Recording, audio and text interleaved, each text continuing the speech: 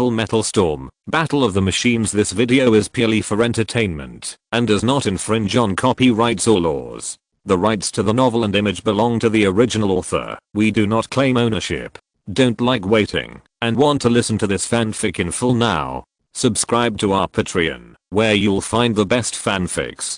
Chapter 570, Debut. Liao strode into the morning hall. This time, he brought all his brothers with him, and even brought his confidant Jiuying with him. He started to speak rudely. This was the idea of the Qi, Lin, and Mo families. He also had his own ideas.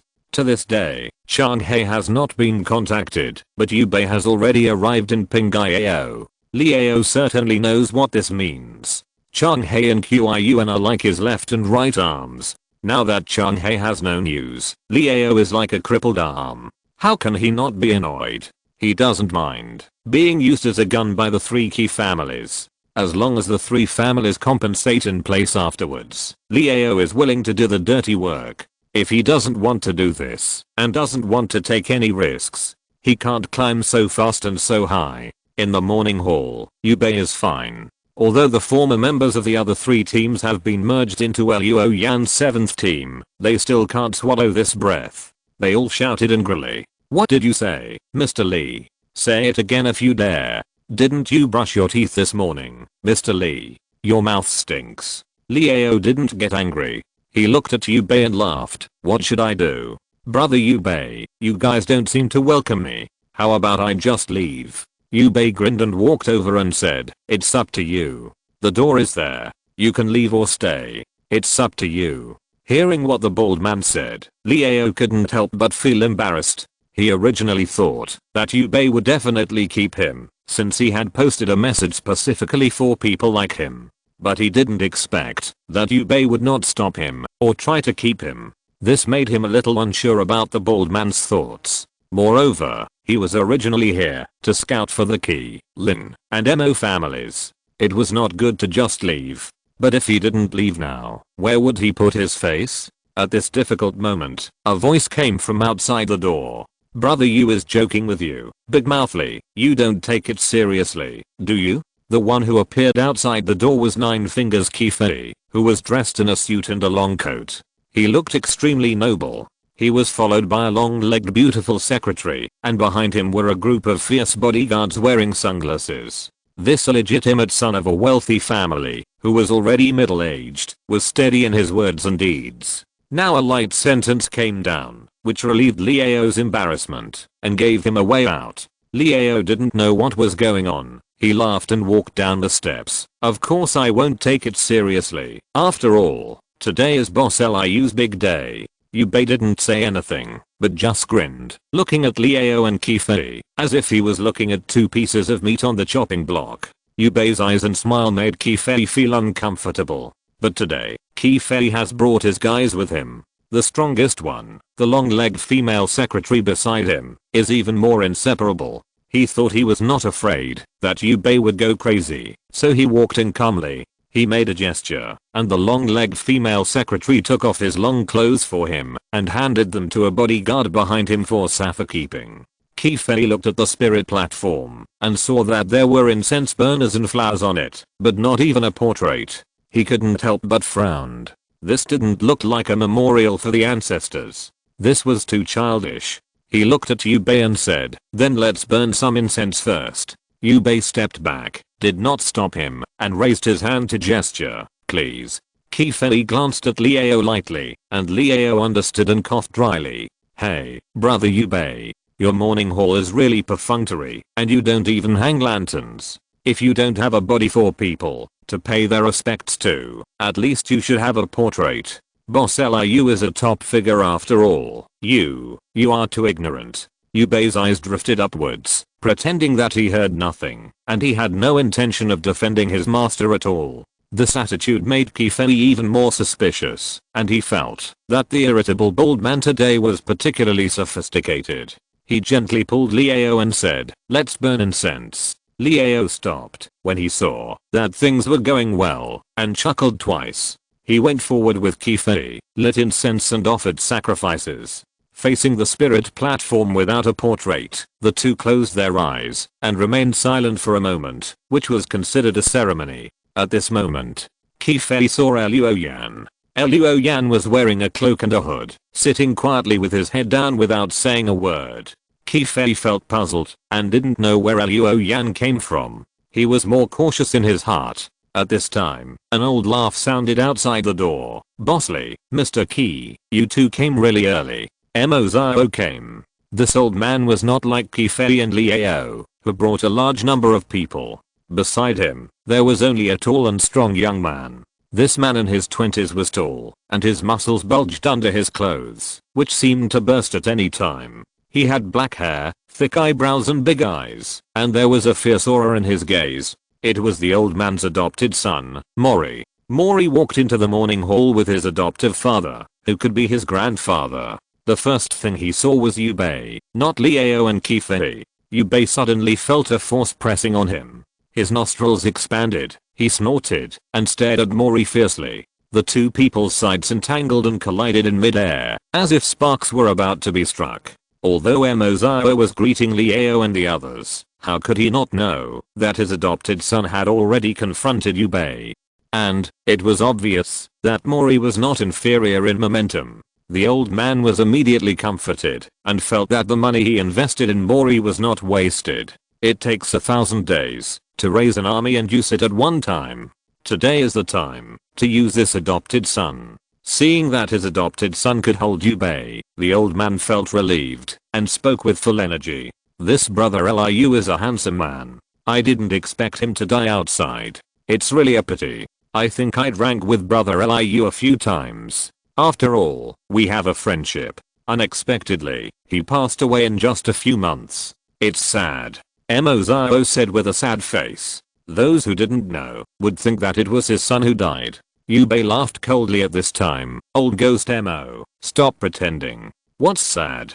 You should be happy. For you, the so-called friendship is that you eat up Liu Zhao's assets as soon as he dies. You are really sad." Mori stepped forward. "You, keep your mouth shut. I want you to apologize to my father." Yubei raised the corner of his mouth, grinned at Mori and said, "Boy, don't take your realm too seriously. If you really fight, you will know that realm is just a trick. Don't believe me? Let's practice." Suddenly, the morning hall was tense. At this moment, there was a silver bell-like laughter coming from outside the gate. "Boss, you are really angry." "Brother Zhao, he looks so scary. I'm a little scared." Everyone looked over. Outside the gate of the morning hall, Lin Xianglin, dressed in a gorgeous outfit, walked in. The young woman walked in and looked at a middle-aged man next to her with a charming look. The middle-aged man was burly, especially his arms, which were much stronger than ordinary people. The seemingly rough man smiled slightly and said gently, "Don't be afraid, Xianglin. I'll take care of everything." This man was naturally Lin Xianglin's backer and lover, Zhaotong. When the two of them exchanged glances, Yubei coldly snorted, "You bitch." Chapter 571. Don't interrupt me. The morning hall suddenly became quiet. The expressions of Liao and Qifei became extremely interesting. They were also unhappy with Lin Xianglin and Zhaotong's attitude of ignoring others, but they never dared to say it out loud. They just cursed sluts in their hearts. Unlike Yubei, who was so direct, and cursed these three words directly. After all, Mo Zhao was mature and steady, and he didn't show it as obviously as Liao and Qifei. The old man closed his eyes slightly, as if he was distracted, and became non-existent. Lin Xianglin's chest rose, and fell with anger. For so many years, her pair of jade arms had been pillowed by thousands of people, and her red lips had been tasted by thousands of people. But these were all transactions. Relying on these transactions, she stepped up step by step. She successfully met her ex-husband, and now she is even with a strong man like Zhaotong. But because of this, she cares more about being gossiped about by others. Yubei's words undoubtedly poked her lungs, and she was so angry that she was fuming. She looked at the man next to her. "Brother Zhao, kill him." Zhaotong snorted and looked at Yubei. Yubei said fearlessly, "Why, am I wrong? I just can't figure it out. You are Zhao, and you are a man after all. There are so many good women outside. You are desperately trying to get into a place where I don't know how many people have died. What do you want? Zhao Tong strode forward, full of vigor. This has nothing to do with you. You, go down and accompany that Liu. Zhao Tong raised his hand. At this time, a hand was placed on his wrist. Zhao Tong's hand suddenly couldn't move. Liao rubbed his eyes. What the hell is this? Only then did he see that there was a figure beside Zhao Tong, wearing a cloak and a hood. He stretched out his hand to put on Zhao Tong's wrist. Zhao Tong, who was so aggressive just now, is now silent and motionless. Only his eyes are rolling around. Qifei recognized that it was the mysterious man who was sitting quietly with his head bowed just now. When he saw this person, he felt that the other party should be no simple matter. But he didn't expect that this person could actually stop Zhao Tong. He is a powerful person in the advanced realm. On the other side, Mo Zhao, who had been distracted before, now opened his eyes wide and looked at his adopted son. Mo Lei knew what the old man meant, thought about it, and whispered, if I burst out with all my strength, I should be able to make Mr. Zhao stop for a while. Although the old man was not a cultivator, he could hear the difference. His adopted son meant that, even if he used all his strength, he could only make Mr. Zhao stop for a while. But the mysterious cloaked man had already made Zhao Tong stop for more than a moment. Now, Zhao Tong's face has turned red, and he still can't send out his fist. There is another one. Neither the mysterious man nor Zhao Tong used their full strength, otherwise, they would not be so motionless. At this time, Zhao Tong's tongue burst into spring thunder, and the Yuanli light appeared, showing a mottled light like rust. That was the symbol of the skill Zhao Tong practiced, Iron Hua Gong. After running the skill and bursting out the Yuanli, Zhao Tong's hand was able to move, and it was lifted up little by little. However, at this time, the room temperature in the morning hall suddenly became cold. Ordinary people like Liao, Qifei, Mo Zhao, and Lin Xianglan only felt a chill in their hearts. They couldn't help but shrink their bodies, feeling nauseous and retching, and everyone was sad. Yu Bei, Mo Lei, Qi Yuan, and several old subordinates from Team 3. The feelings of these cultivators were deeper than those ordinary people like Liao. They felt as if they had taken off their clothes and plunged into ice water in the cold winter. They were cold from head to toe. Moreover, the coldness was drilling into their pores little by little. In addition to the cold, they also felt a sense of malice. It was as if in the darkness, there were evil ghosts who were about to peel off their skin and dig out their hearts.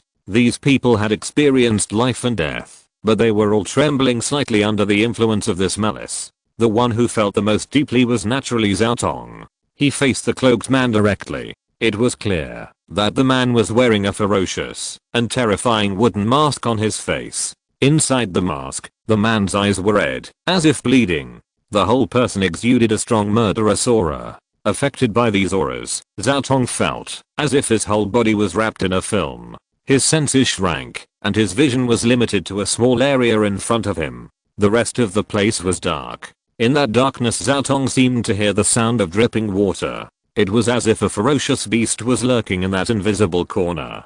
The ferocious beast was drooling, staring at him, ready to attack him at any time. At this time, the one who was on Zhao Tong's wrist was naturally Luo Yan. When Yu Bei cursed dog and bitch, Luo Yan moved quietly. At that time, everyone's attention was attracted by the bald man, and no one noticed Luo Yan. When Zhao Tong was about to make a move, Luo Yan flashed and appeared, with one hand on the man's wrist. At this time, Luo Yan and Zhao Tong had not used their Yuanli. What they were competing for was only their own pure strength. Luo Yan's body had been tempered by viewing mountains and seas, and because of the dragon blood essence, his physical strength was much stronger than that of ordinary people, especially the latter. Even if he didn't activate the transformation into a dragon posture, even if no dragon scales appeared, it also strengthened Luo Yan's physique a lot. When Zhao Tong was practicing the skills, Luo Yan only showed a few dragon scales.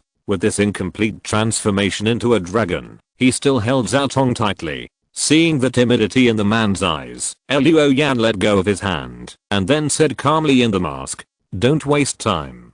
Today, I'll invite you all here. As for the reason, you know it well. I won't repeat it." Zhao Tong took 2 steps back, looking at Luo Yan's expression. He was a little hesitant, and he put away his yuanli. He whispered in Lin Xianglin's ear, "This man is not simple. I'm not sure of winning." Lin Xianglin's beautiful eyes narrowed slightly. At this time, Liao shouted, "Who are you?" You suddenly jumped out. "Who do you think you are? Do you have the right to speak here?" Qifei beside him closed his eyes slightly, but did not stop Liao. On the contrary, he wanted to use Liao to test Luo Yan. At this time, Yu Bei came over and slapped Liao in the face. The Navo Rish took several steps back, his face swollen, his lips cracked, and blood flowed. Liao had never suffered such humiliation before. He immediately shouted, "Qi Yuan, kill him." At this moment, the shadow on Qi Yuan's face twisted, and then a black shadow flashed up. It moved along Qi Yuan's body, then passed over his neck, and fell back into the shadow. The whole process was very fast. So fast that Qi Yuan didn't notice anything, but he still shouted, and burst out his Yuan power. He was about to rush up to avenge Liao. But at this moment, Qi Yuan's neck suddenly burst into blood. A large blood mist sprayed out. Immediately, in the morning hall, everyone's body was covered with bloodstains. Even Lin Xianglan was no exception. Then, everyone heard Luo Yan whispered in the mask. I said, "Don't waste time. So, don't interrupt me." Chapter 572 Silk and Gold. Liao's eyes widened. He couldn't believe it when he saw Qi Yuan's blood splattered all over his body. He had invested a lot of effort in Qi Yuan, but he didn't expect that Qi Yuan didn't even have a chance to fight back. He was killed inexplicably. The people in the morning hall were also gasping. The old man Mo Zhao glanced at his adopted son. Mo Lei shook his head. "I don't know who did it, and I don't know what means the other party used." Hearing this, Lin Xianglan couldn't help but look at Zhao Tong beside him. Zhao Tong stared at Luo Yan warily. It's certain that this person did it. But when did he do it? And how did he kill the man surnamed Li? I don't know. This made Lin Xianglan look at Luo Yan more solemnly. Even Zhao Tong didn't know when this cloaked man did it. And how did he kill Qi Yuan? Not to mention other people. The woman tried to force out a smile and said, "Who is this gentleman?" Yu Bei then came up and introduced, "This is Mr. Chigi. Mr. Chigi has taken over everything from Liu Zhao, so you swallowed up Liu Zhao's assets, and are just making things difficult for Mr. Chigi." Hearing this, Lin Xianglan and others finally knew. The cloaked man in front of them was the real boss. It was like Bei had finished speaking. Luo Yan made a gesture, and looked around coldly, his eyes sweeping over Liao, Qifei, Mo Zhao, and Lin Xianglan. Then he said, "How much of Liu Zhao's food did you eat, and what exactly was it? I don't care. I don't intend to make you spit it out. However, since you are all here, to pay your respects today, you have to give some condolence money. I'll make an idea for you. Each of the 4 families of you will give 50 million work points. Not too much, right?" The morning hall was quiet again. The air seemed to have condensed. Everyone looked stunned. They thought they had heard it wrong. The 4 families of Li, Liu, Mo, and Lin, each of them will give 50 million. This is a lion's mouth. Liao is the most reckless person. Hearing this, his neck became thicker, but all the words were stuck in his throat, and he dared not fart. After all, Qi Yuan's body was right at his feet. He didn't want to be like Qi Yuan, who had his throat slit for no reason. Even Liao didn't dare to speak, let alone the others. The 4 of them looked at each other. Finally, Lin Xianglan forced a smile and said, "This funeral money, it should be. But 50 million is not a small amount. However, Mr. Chigi, please give us a few days to prepare the funds. We will visit again in a few days." After saying that, he even winked at Zhao Tong. He was about to leave. Seeing this, the others followed suit. They said one after another, "I will go back to raise money. I will pay it back in a few days. I will leave first. Goodbye." Everyone moved towards the gate, and when they were about to reach the door, they heard Luo Yan behind them say coldly, "Without my permission. You try, but you may not be able to step out of this door." Lin Xianglan looked at Zhao Tong hurriedly. Zhao Tong snorted, turned around and said, "Brother Chigi, there is a saying that you should leave a way out for everything, so that we can meet again in the future. Don't go too far." Luo Yan looked up at him and said, "If you want to do it, hurry up. Otherwise, shut up. But I advise you to think about it. For a woman, is it worth it? Zhao Tong couldn't help but hesitate. He was not sure about Luo Yan's strength at all, and felt that this masked man was unfathomable. Luo Yan didn't use his Yuan power just now, but he made him unable to move. This skill really made him afraid. In addition, he used the sword shadow to wipe out Qi Yuan later. Zhao Tong couldn't see through Luo Yan's trick, and he didn't dare to act rashly. He looked at Lin Xianglan, gritted his teeth and said, "Xianglan, I remember that I have something to deal with. Or, you can handle this matter yourself." The implication was that he wanted to withdraw. After speaking, he looked at Luo Yan. Luo Yan nodded slightly. Zhao Tong left quickly. Seeing the man step out of the door, Lin Xianglan was so angry that her face turned green. She almost cursed. In the crowd, Qi Fei winked at his long-legged female secretary. The woman nodded slightly, shouted softly, and showed her Yuan Li. At the same time, she formed seals with both hands, cast the mysterious art iron armor on herself, and rushed out of the door. As soon as her foot crossed the door, a thick bloody energy turned into a knife shape and swept across the long leg. The iron armor on the woman's body suddenly exploded, and a white calf flew out and fell on the corridor. She screamed and fell to the ground, and the broken leg was bleeding. Qi Fei was shocked and angry. He turned around and said gloomily, "Do you know who I am? If you hurt me, the Qi family will not let you go." As he spoke, the shadow under his feet squirmed. A small black sword shadow separated from Qi Fei's shadow and swept up against his body. It passed over the man's shoulder. Qi Fei screamed, and one of his arms fell to the ground. The cut was neat and smooth.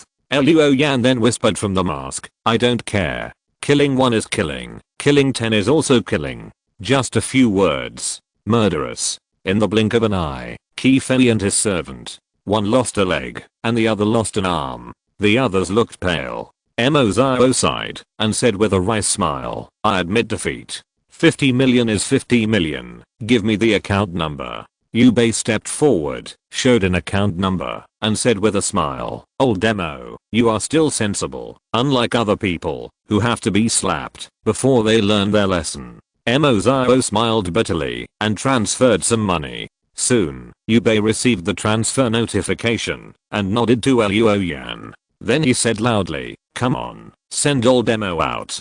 Finally, Yu Bei said to Mo Zhao, "Old Demo, I thank you for the funeral money on behalf of Boss Liu." Mo Zhao bowed and left with his adopted son Mo Lei. As soon as the old man left, the others also realized the current situation, and knew that they could not leave the house without taking out the fairy money today. So Liao, Lin Xianglan, and Qi Fei transferred the money one after another. Only then were they able to leave. After they left, Yu Bei asked people to clean up the morning hall, and followed Luo Yan to the side room. The bald man laughed. "Mr. Chigi, you still have a way. Let them spit out Liu Zhao's money as soon as they come. Liu Zhao has been doing business in Pingyao for many years, and people like Liao share the business of the old city. At most, it is about 100 million work points." Today, Luo Yan used the excuse of paying condolences to Liu Zhao to collect 50 million funeral money from each of the 4 families. This not only made them spit out the money, but also brought interest. Basically, all the money in their 4 accounts was plundered. Even if their foundation was still there, it was a serious blow. With these 200 million, Team 7 had a lot more money. Many things could be done. But Luo Yan only wanted money today, not Pingyao's business. In addition to the fact that Pingyao was not his foundation, it was also because the old city of Pingyao gave him a sense of uneasiness. He wanted to leave the underground city as soon as possible, so he made this one-shot deal. Chapter 573 Disaster. Old City. Walking into the living room of his own mansion, Liao tore off his suit and smashed it on the butler's face. Then he picked up a pot of cold tea and gulped it down. After drinking a few big mouthfuls, Liao smashed the teapot hard, and it broke into pieces. "Waste. 1 or 2, all waste. I spent so much effort on you. In the end, you didn't even have time to throw a punch before you were killed. What a waste." He was talking about Qi Yuan. Today, when they went to pay their respects to Luo Zhao, the 4 families of Li, Lin, Qi and Emo had lost all their faces. But the most shameful ones were Liao and Qifei. Not only did they get slapped by the Buljubei, but they also lost their confidant Qiuyuan. Fortunately, Qifei was not having a good time either. The confidant woman lost a leg, and Qifei himself lost an arm. Thinking of this, Liao finally felt a little more balanced. Today, we have to give out the silk money that the other party wants due to the situation. But I don't believe that those guys will be obedient. Especially Qifei. Maybe he has already gone home to cry to his father. Red Ghost. Just wait. Since you dare to come to Pingayao, we will make you really become a ghost. Although Liao said so, he was furious and pointed at the steward and shouted, "Go, call Mia." Mia is Jiuying, Liao's new love. Although it is daytime now, Liao doesn't care about so much, just want to vent. A moment later, a figure walked into his bedroom. Wearing a black long dress, showing a tall figure. The face with a hood is soft and charming, as if she knows what is going to happen next. The woman's cheeks are hot and red, and her eyelashes are trembling, as if they are about to drip water. Seeing this, how could Liao bear it? He shouted. He pulled Jiuying over and threw her roughly on the bed. Then he threw himself on her. The bed suddenly couldn't bear the weight and creaked. Liao buried his head in the woman's neck like a wild boar digging for cabbage. Then he suddenly pulled open Jiuying's clothes. He thought he would see a white body, but he didn't expect that. What he saw was a bunch of hair, long and short, like the hair of an animal or a beast. Liao was stunned. How could this be? At this time, Jiuying said, "Master, do you like me like this?" Jiuying's voice was not as gentle as usual, and the tone sounded very strange. Liao looked up and saw two fangs-like beasts emerging from Jiuying's mouth. The eyes also turned blood red, covered with red threads, and there was a circle of black on the edge of the pupil. The pupil color turned golden, with a brown vertical line in the middle, like the eyes of a cat. "You, don't come over." Liao was so scared that he lost all his temper, and his body was cold from head to toe. He rolled and crawled to escape under the bed, but Jiuying reached out and grabbed his hairy calf. Liao screamed and fell to the ground, looking at his feet. There were several deep wounds there, and dark red blood was flowing out. Jiuying on the bed called out with a coquettish look on her face, "Master, where are you going? I haven't served you yet." After saying that, the half-human half-beast figure pounds down. It landed on Liao and opened its mouth to bite the man's neck. The ambiguous light in the room illuminated two figures hugging each other, but one of them kept twitching. Finally, a large puff of blood mist sprayed onto the wall, and blood beads appeared immediately. The manager heard the scream and hurried to the door, just about to check. Black blood was seen flowing under the door. The manager's face turned pale, and he stepped back quickly, shouting, "Call the police! Call the police!" When the security guards from the local security bureau arrived and broke open the door, they saw only a broken body left in the room. Liao's body was lying on the ground, his stomach was cut open, and a layer of blood plasma floated on the ground. The scene was extremely bad. Even experienced security guards vomited when they saw this scene. And today, similar incidents. In the old city, in the whole of Pingayao, there were several incidents. But for the entire underground city, for a city with a population of hundreds of thousands, the death of a few people is not even a few waves. Only the relevant agency personnel knew about this matter. As for the residents, they naturally had no idea.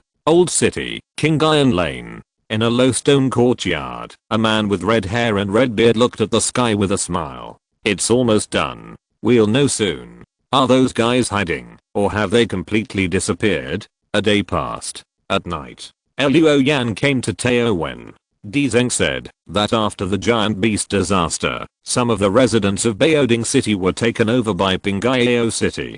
He also said that, if you want to find out the news, go to Jiangyanrang. But just like that night, the gate of Taowen was closed. A small yellow light was on inside, and the dim and warm light illuminated the front of the door. However, Jiangyanrang had not returned yet. Luoyan planned to wait. At this time, a cat cry was heard. There was an orange cat on the wall of the yard, looking at Luoyan, a stranger, vigilantly. Luo Yan touched his body and found some food. He took it out, put it gently on the ground, and then stepped away. It was a piece of dried fish. The orange cat looked at Luo Yan vigilantly, then jumped down silently, sniffing and sniffing next to the dried fish. Then he picked it up and ran away. Luo Yan didn't care, leaning against the wall next to the gate of the yard in a daze. After a while, he felt something beside his leg. He lowered his head, and it turned out to be the orange cat just now. It rubbed Luo Yan's feet in a flattering manner. There were two kittens at the entrance of the alley in the front yard. Seeing this, Luo Yan immediately understood. He walked away for a while. When he came back, he had a bag of food in his hand. He put the food in a hidden place at the entrance of the alley, and the orange cats gathered around the food in the paper bag and started eating. Looking at these lives trying to survive, Luo Yan's eyes became soft. At this time, the car lights shone over, and the orange cats scattered. Then Jiuying Yunrang's voice sounded, "How long have you been here?" Luo Yan gently put the paper bag with food into the alley, and then said, "I've been here for a while." Jiuying Yunrang glanced at the entrance of the alley, then opened the door and said, "Come in." Luo Yan followed her, a little curious about her profession. Jiuying Yunrang, who was walking in front, said calmly, "There are a lot of jobs in the Corps. If you want to come to me next time, come later. Or you can go to the Corps directly to find me." Luo Yan was not surprised by this answer. After all, she knew Zheng and Wei Fenghe. It is also said that he was in the same period as her mentor. He must be a mecha master. Turning on the light, Jiuying Yunrang walked into the open kitchen. "Would you like some tea or water?" "Water, please." Luo Yan sat down. After a moment, a glass of water was placed in front of him. Jiuying Yunrang held a cup of tea and said, "Zheng's letter mentioned that you were looking for residents of Behemoths City. If you're listening to this novel on a channel other than Fanfic World, it means they downloaded and uploaded it without effort. We cordially invite you to visit our channel, Mundo Fanfic Novelos. There you'll find the original version of this story and you can explore many other novels of various genres. We're waiting for you to immerse yourself in a world of incredible novels." Chapter 574 Old Friend. Luo Yan nodded and said without hiding anything, "My hometown is Behemoths. When the giant beast disaster occurred, I was studying in Huacheng. After the disaster broke out, I was trapped in Huacheng for 3 years. Then I met Captain D and was able to enter Guangling City and study at Baizhen Academy. He believed in Zheng, so he believed in Jiuying Yunrang." Jiuying Yunrang smiled and said, "I see. You want to find out the whereabouts of your relatives." She walked to the window, looked out the window and said, "Yes. After the giant beast disaster, Pingyao Underground City accepted some residents from Behemoths City, but it was only a very limited part. You also know that the space in each underground city is limited and can't accommodate so many people. In addition, the giant beast disaster broke out. Behemoths City was a severely affected area, and the people who were able to walk out alive." Jiuying Yunrang glanced at the young man with his back straight, and then uttered 2 words, "Very few."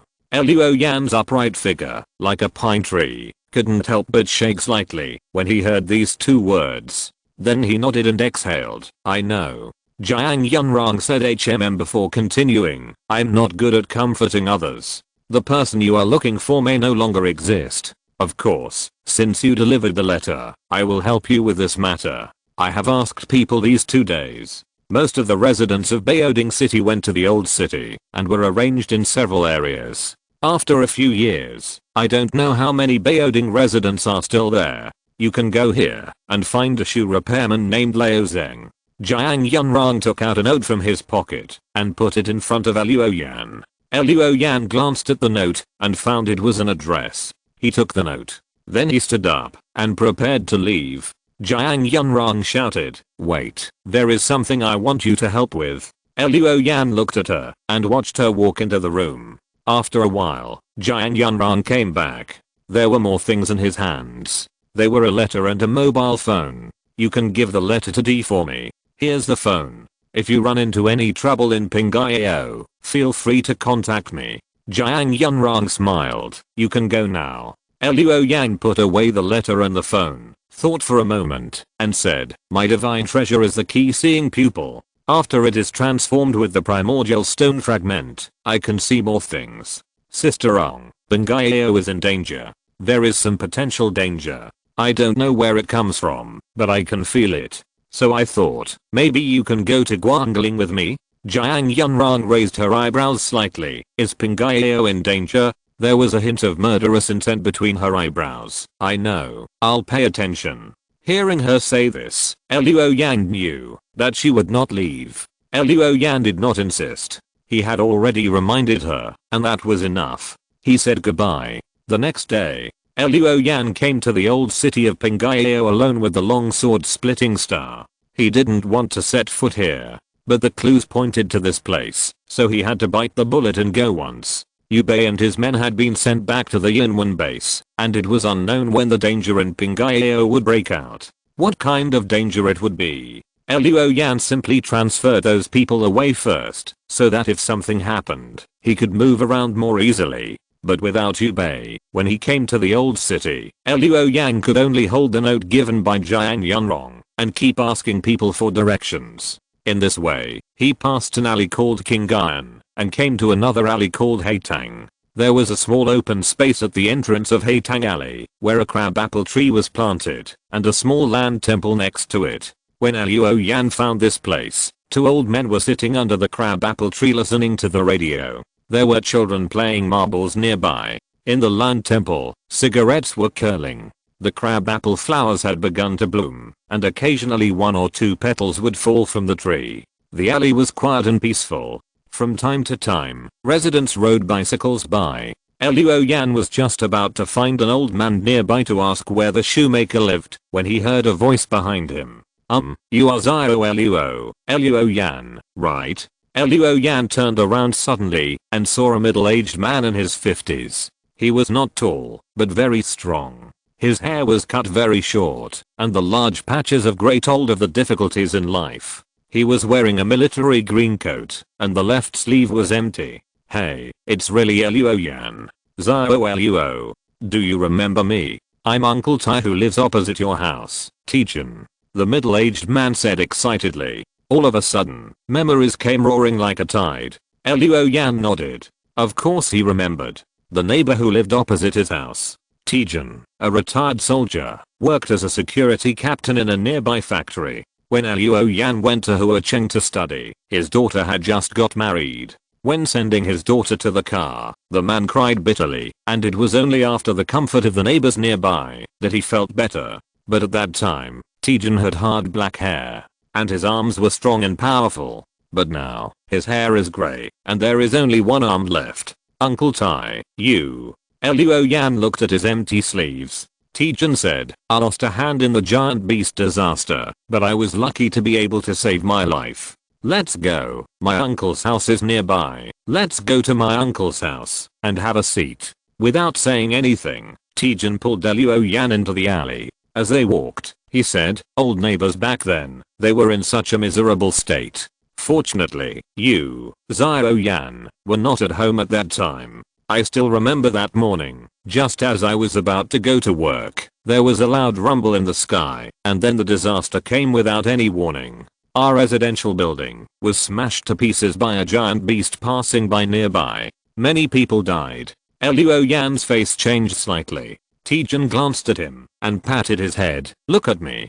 Don't worry, your mother is fine. She was not at home at the time. She happened to go out to the vegetable market to buy vegetables in the morning and escaped. Luo Yan heard this and finally let go of his heart. Tijan continued, how did you get to Pingayo? This place is a million miles away from Huacheng. How did you get here? I heard that the surface of the earth has become a ruin now. You can't survive without some skills.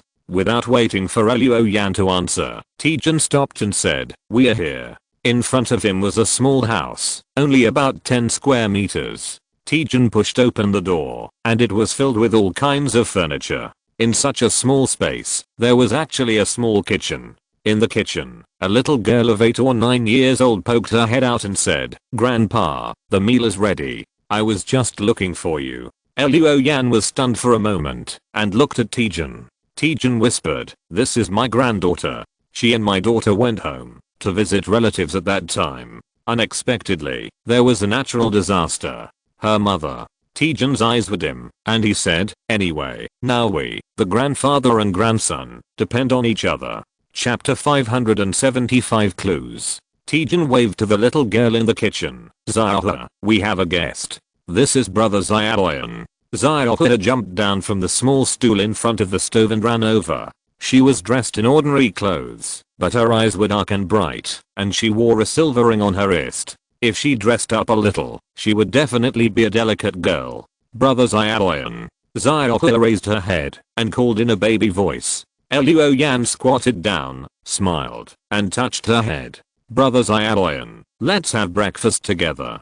I'll prepare an extra set of bowls and chopsticks. With that, Xiaohe ran into the kitchen. She was so sensible that it made people feel distressed. Luoyan was moved. Before the giant beast disaster, little kids like this were all treasures in the hands of their parents. But now, at such a young age, they have to shoulder the burden of life. A moment later, a bowl of white porridge was placed in front of Luoyan. The only thing on the table that could be called a dish was a small plate of pickled radish. Tijin smiled bitterly and said, I'm missing an arm, and Xiaohe is still young, so we can't do heavy work. We can only find some odd jobs every day. These are the only food at home. Don't despise it, Xiaoyan. Luoyan didn't say anything, but just picked up the bowl, poured food into his mouth, picked up a piece of pickled radish, and chewed it with a crunching sound.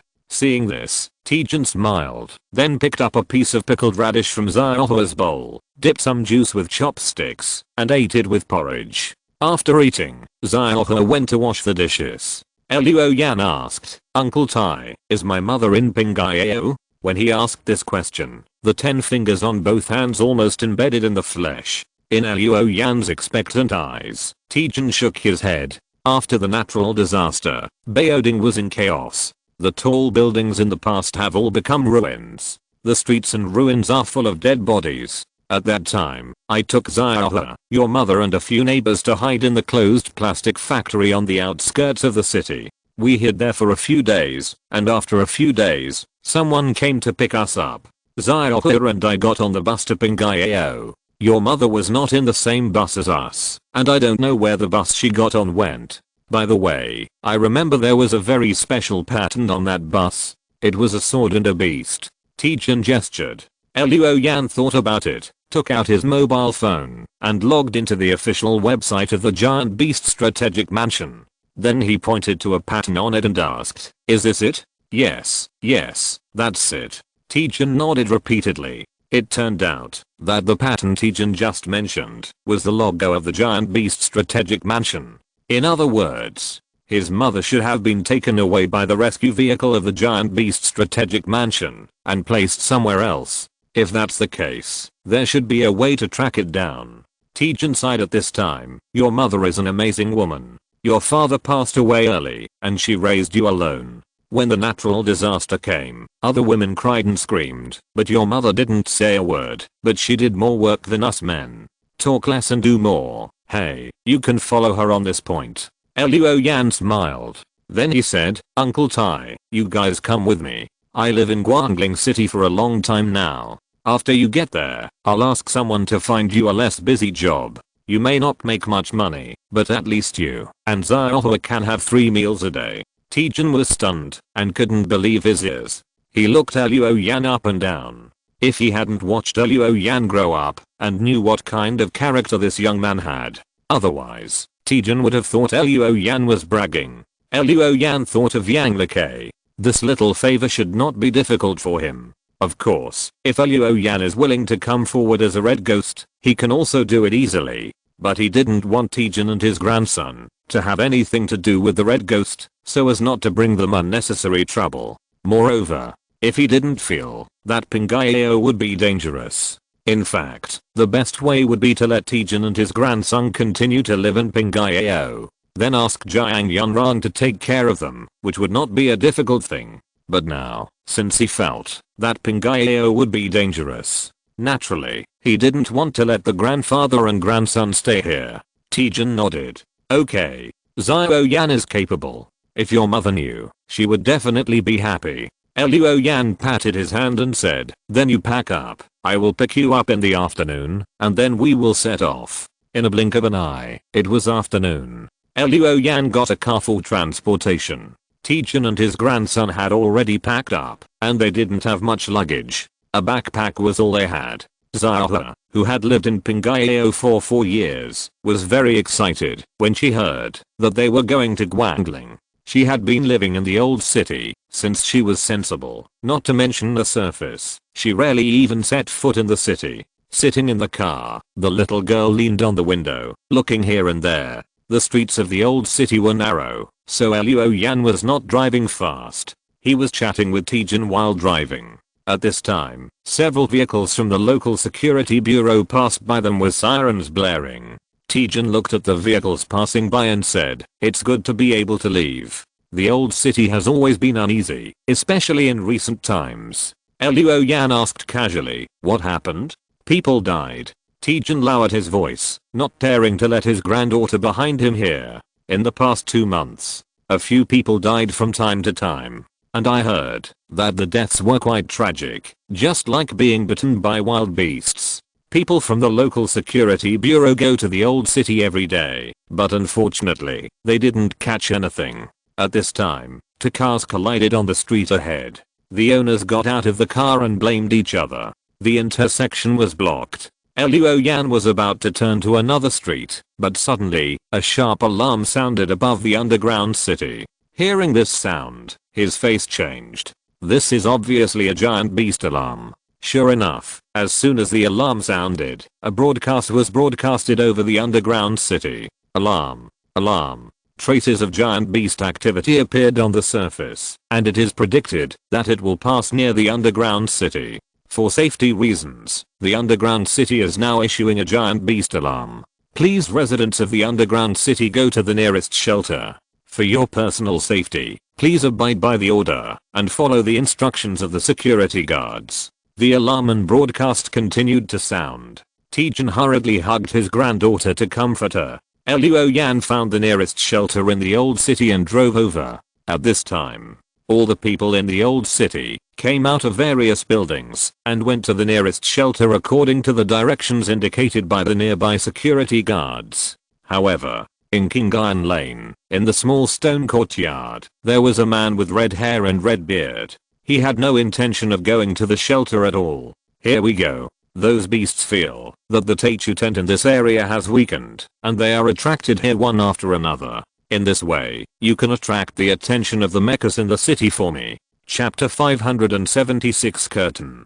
Pingayao Underground City, the headquarters of the Mecha Corps. Squeak. The tires in the ground made a sharp friction sound, and a car stopped in the square in front of the headquarters building. The car door opened, and Jiuying Yunrong, wearing a long windbreaker, walked quickly into the building. As she walked, she took out a black hairband from her pocket, and tied up, and fixed her black hair. In a blink of an eye, she walked into the command hall. "Go straight to the bridge."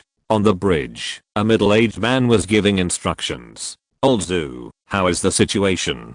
Jiuying Yunrong asked, as soon as she arrived, and took the airtight communicator handed over by her assistant. She took off her long coat, put on the communicator, and took a tablet. The chief of staff, whose full name is Zhu Wei, turned around and said, "Captain, the situation is not good." He pointed to the giant electronic screen in front of the command hall, on which an electronic chart was floating. "From what we have observed so far, there are several small groups of beasts approaching from the southeast, northwest and southwest. The number of beasts ranges from 15 to 20, mainly low-level and mid-level giant beasts. But there are 4 high-level beasts among them." Jiuying Yunrong looked at the big screen while listening to the report. It is not difficult to see from the trajectory of the beasts shown on it that these beasts come from different directions. If the trajectory remains unchanged, they will eventually meet in Pingayao Underground City. "How can this be?" Jiuying Yunrong narrowed his eyes slightly. "The beasts are obviously heading for our Pingayao City.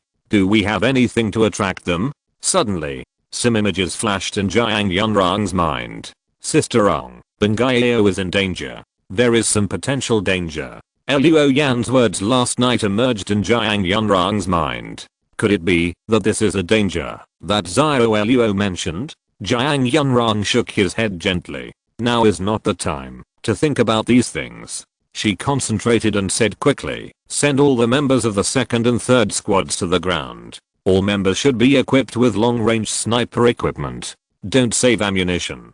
Try to intercept the beasts in the third warning area. If the beasts change their route, don't worry about them. Then, Jiang Yunrong said, let all the members of the first squad deploy in the first warning area. They are the last line of defense.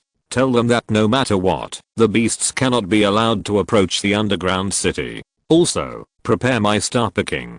Zhu Wei looked at the female captain with a serious face. Star picking is Jiang Yunrong's vehicle, a god-level machine. It is also the biggest trump card of Pingyao City. Now several small beasts are heading towards Pingyao, and the danger is indeed not small. But Zhu Wei thinks that there is no need to send out star picking. He doesn't know that Jiang Yunrong is ready to attack at any time because of Luo Yan's words. After the orders were given, the machines that were already on the surface immediately followed their respective combat instructions and went to their own combat locations. In the underground city, the power of most facilities has been turned off, including the dome holographic calculation board, so the entire underground city has fallen into darkness. Only some important buildings are still lit, and most buildings only have weak red obstacle lights. The power of the entire city is currently concentrated in the emergency attack skylight. It takes an astonishing amount of power to send a series of heavy mechs from the underground city to the surface in just a few minutes. When the emergency attack skylight is needed, most facilities can only temporarily stop the power supply. This situation is basically the same in all underground cities. Pingyao is no exception. So, in such a large underground city, now only the direction of the emergency attack skylight is shining, and one mecha after another is sent to the surface in a dedicated elevator. On the surface, the first batch of mechas have arrived. The elevator appears from various camouflages. The hydraulic system is running, the airflow is discharged, the hatch is opened, and the giant-like mechas take big steps, trampling huge depressions in the grass, and heading to the designated war zone. On the surface, it was cloudy today, and the sky was gloomy. The light in the sky in the distance gradually darkened, as if a storm was brewing. The air pressure was extremely low, and birds were flying. It added to the tension before the war. Looking down from the sky, it can be seen that the mechas that came to the ground were all holding sniper equipment with amazingly long barrels and heading to the designated battle positions. This long-range sniper rifle is called Eagle Strike, which describes their attack as if they were swooping down like a hawk and can attack from a very far distance. Mechas equipped with Eagle Strike continue to enter the third alert area and disperse to the southeast, northwest and southwest. Prepare for the sniper beast group. Soon, in those three directions, thick smoke could be observed with the naked eye. From a distance, groups of giant beasts could be seen in these three directions. Among these figures, there were several figures with special shapes and various colors. Those were all upper-level giant beasts, and these giant beasts had already unfolded their anti-membranes. The anti-membranes with different characteristics enveloped their respective groups of beasts, which would make the gunpowder weapons of the old era of mankind useless. Fortunately, the Eagle Strike can use you only to attack, so the giant beast's anti-membrane has little effect on the mecha group. As the giant beast approached, the atmosphere gradually became depressing, as if a storm was about to come. As if affected by this atmosphere, the sky became darker and darker, and raindrops began to fall one by one from the sky. At this time, the combat instructions of start sniping appeared on the command desks of all mechas. Immediately, the mecha masters locked their targets with the assistance of computers. Accompanied by a thunderous sound, in the dim sky, a light with a clear trajectory broke through the air, swept across a very long distance, and shot at the head of a lower-level giant beast lily that was running wildly. This giant beast, which looks like a wild boar, but has one eye, suddenly sprayed a piece of minced meat on its head, and this piece of minced meat was scattered into a ring because of the impact of the bullet. In the middle of the ring of minced meat, the head of the raccoon disappeared in a small part, and blood, bones, and brain fragments splashed 100 meters. The giant beast let out a wail, and it rushed forward for a while, before falling to the ground. Its huge body rolled over and knocked down one tree after another. When it finally stopped, a huge hole could be seen in its head. The brain tissue inside was almost completely shattered and burnt. The battle began with the roar of the eagle strike. Then, on the ground, the mecha groups in 3 directions opened fire continuously. Bright rays of light tore through the air, penetrated into various anti-membranes, and hit the invading giant beast head-on. The roar of the sniper equipment almost never stopped, and the huge noise became one, as if humans were roaring back at the giant beast. Chapter 577 Curse. Pingayo Underground City. Old City, Kingayan Lane. Although the underground city was not affected by the battle, it would shake slightly from time to time. The red-haired and red-bearded sky ghost Zeki stood in the courtyard, with his hands behind his back, and a smile on his face. It seems that all the mechs in this underground city should have been sent out. The first step is going well, so the next step is the second step. Zeki walked back to the house, and in the middle of the stone hut, there was a small incense burner. There was no spark in the incense burner, so naturally there was no smoke rising. Zeki turned his hand, and blood surged in his palm, condensing into a compass. However, this compass did not have the time and direction on it, but a twisted and painful human figure. There were many fine veins on the human figure, and these veins were filled with blood like blood vessels in the human body. The blood plate of the broken tent. The merit is complete. This is one of the cursed spells of the Sky Ghost. The Overlord level Behemoth showed the beast's soul, and was able to perform the strange spell. Nightmare level monsters can use a deeper level of curse through the art of transformation. The art of curse is exclusive to Sky Ghosts. Most of them have the power of gods and demons. As one of the arts of curse, the blood plate of broken tent is mainly used to weaken the primordial tent that covers the sky and suppresses all directions. ZHEKUI looked at the blood plate in his hand and sighed. The ancestor of the human race, the human master, used the Teichu tent to cover all directions, so that sky ghosts like us dare not easily enter this world. Otherwise we will be greatly suppressed. And even though so many years have passed, the suppression of the Teichu tent has not weakened at all. The broken tent blood plate must be used to offset it to a certain extent. In addition, the Teichu tent also suppresses the Yuanli of this world. It can be used for human cultivation, to prevent it from leaking out. When those weak humans have cultivated to a certain level, if they have the opportunity, they will sense the existence of the Teichu tent. They can also directly draw gangly from the Teichu tent. By then, the Teichu tent will gradually disappear, but people who can compete with our race will be born among the human race. The arrangement of the human race's ancestors is truly indescribable. The red-bearded man looked up at the roof. Even though the human race is as weak as ants now, as long as the Teichu tent still exists, it will still be difficult to invade this world. I'm an acquired ghost, and it is so difficult, not to mention those innate ghosts. I was wondering why they were unwilling to leave that damn place Yambu. It turns out that the Teichu tent has not disappeared yet. Humph, I didn't expect that ZHEKUI would still be tricked in the end after all the tricks I have planned. But it doesn't matter. It's better to leave Yambu earlier. At least, I can find out the strength of the human race now, and make plans early. After saying that, ZHEKUI turned his palm upside down, and let the broken tent blood plate fall into his palm. The illusory blood compass fell to the ground, and the ground cracked, as if it was printed on it. In a blink of an eye, a pattern of veins and lines similar to the broken tent blood plate appeared on the ground of the stone hut. ZHEKUI then used his thumb to scratch his index finger, making a cut, and squeezed out a drop of black blood that was flashing red. This drop of black exuded an indescribable evil flame, as if it could awaken the beast in the depths of people's hearts, and fell on the incense burner. Suddenly, a little fire rose from the incense burner. Then smoke curled up from the hole of the incense burner. Dark red smoke rose from the incense burner, and it continued to form the heads and faces of ferocious beasts in the air. These dark red smoke seemed to have weight. After emitting from the incense burner, it did not rise, but fell instead. Then it gradually filled the cracks and lines on the ground. Curse. Beast transforming KUI smoke. This is a technique that all sky ghosts will use. It can awaken people's evil thoughts and transform people into beasts. It's just that it's the same beast transforming KUI smoke, but it's used by different sky ghosts.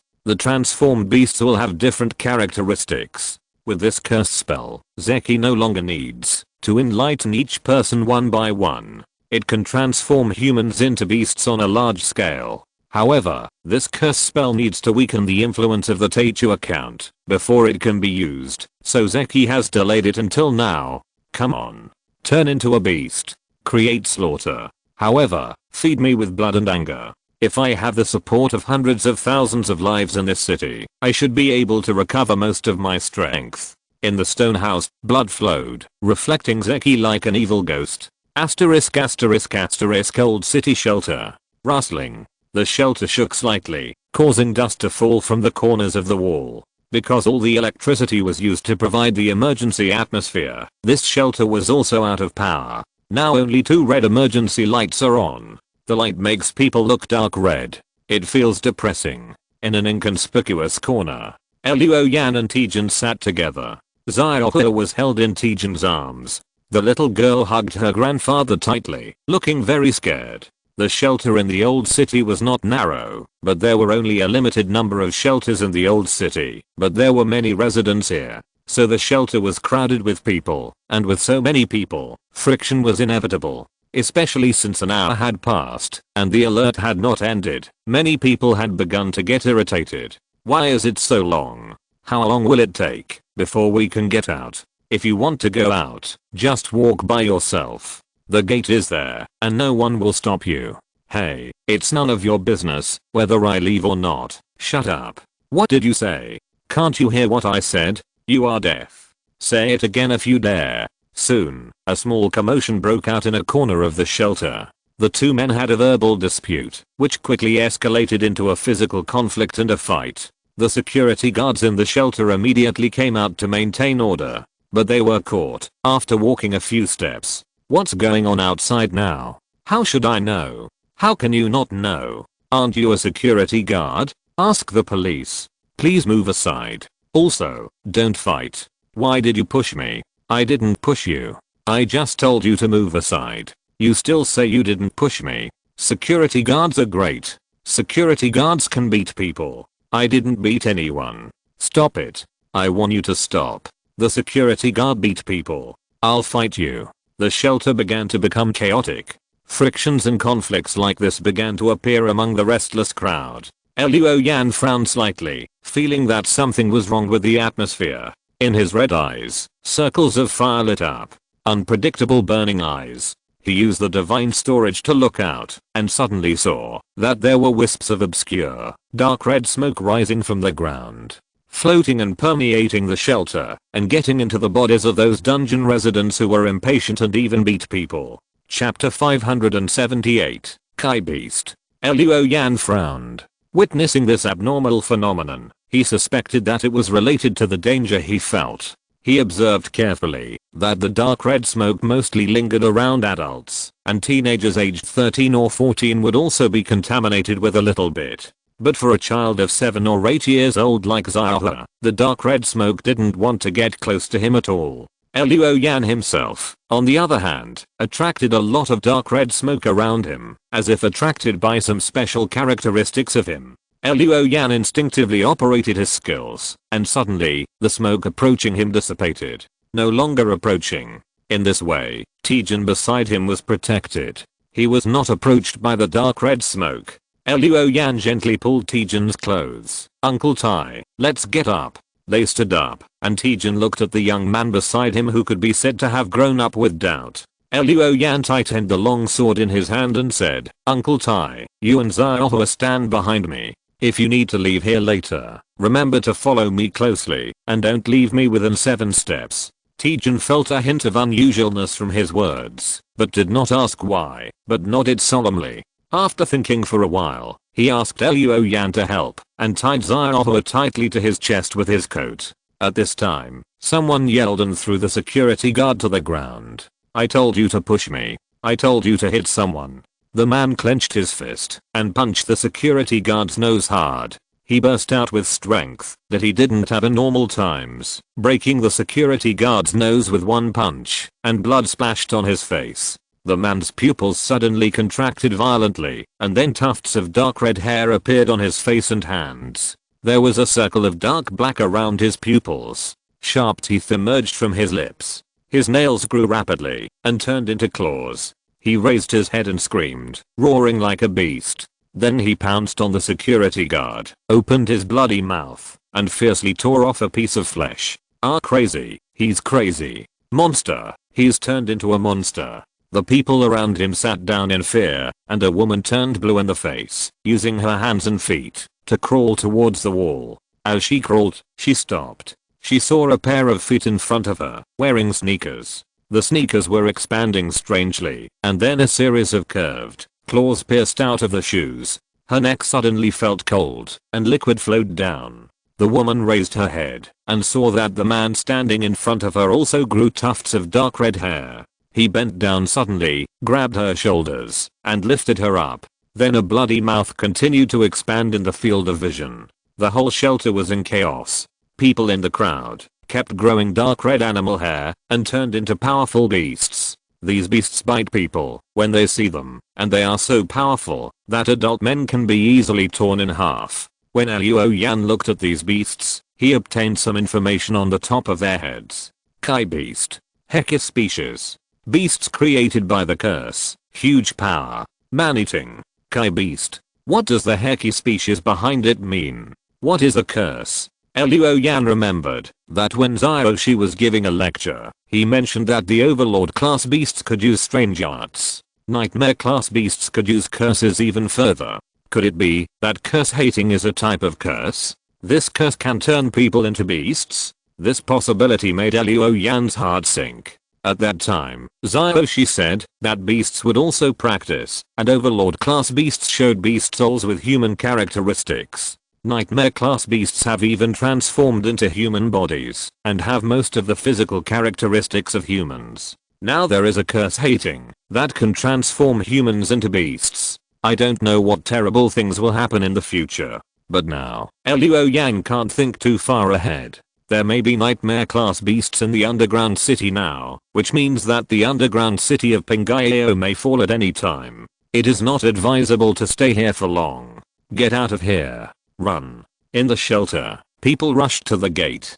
People near the gate seemed to have lost their minds and desperately hit the gate, trying to knock the armored gate open. This is of course impossible. Someone who was relatively calm shouted, "Don't waste your energy. This is an automatic door. It can't be opened by human power. Key. Find the key quickly." Soon someone at the door responded, "There is no door lock. This is an electronic door. You need a password to open it." Security officer. Is there a security officer? I am. The password is 578,840. Just as people were busy opening the door, the people who were bitten to death by the beasts before, those corpses suddenly twitched, and then their eyeballs moved around under their eyelids. Suddenly, their eyes opened, and a circle of black-rimmed eyeballs appeared, flashing with evil thoughts. These corpses not only resurrected, but also quickly grew dark red animal hair, and then pounced on the nearest human. Be careful, those who were bitten to death have resurrected again. And they have all turned into monsters. In the shelter, screams were heard everywhere, and chaos was in sight. The number of beasts was increasing, and people rushed to the door and crowded together. At the corner, Tijun hesitated and said, "Xiao Yan, should we go over there too?" Luo Yan shook his head calmly. "It's too chaotic now. I'm fine, but I may not be able to take care of you. It would be terrible if there's a stampede." As soon as he finished speaking, someone fell down not far away, and then the people nearby stepped directly over his body. In this situation, no one would stop or go around. Everyone just wanted to leave quickly. So in just a moment, the man on the ground had lost consciousness. At this time, a Kai beast saw Luo Yan and his friends. This Kai beast transformed from a human, rushed over like lightning, opened its mouth full of fangs, and bit Luo Yan fiercely. It seems that with the passage of time, the Kai beast is constantly changing, and the beastification phenomenon is getting more and more serious. Like the one in front of him, not only is it covered with dark red hair, but when its mouth is open, its oral structure is already very close to that of beasts. This allows a Kai beast to open its mouth to the maximum extent, increase the biting surface, and there are only a few teeth left inside that belong to humans. The rest were all replaced by the fangs that grew out. Seeing the Kai beast rushing over, Xiaohe hugged Tijan tightly in fear. Although Tijan, the retired veteran, was pale, he was not scared to scream.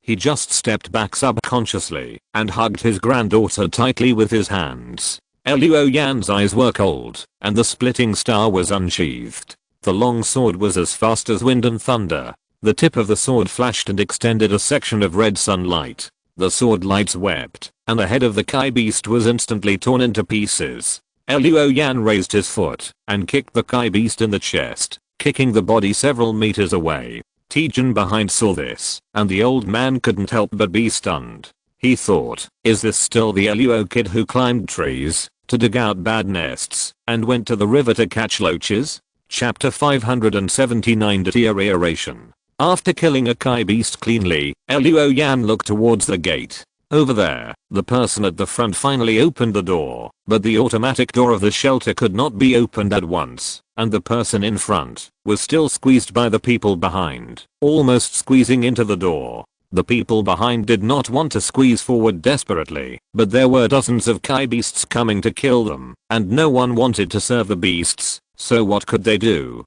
They could only squeeze forward. What's more terrifying is that those who were killed by the Kai beasts, as long as they were not torn in half, would be integrated into the dark red smoke and then transformed into new Kai beasts. In this way, the number of Kai beasts continued to increase, and everyone's scalp tingled.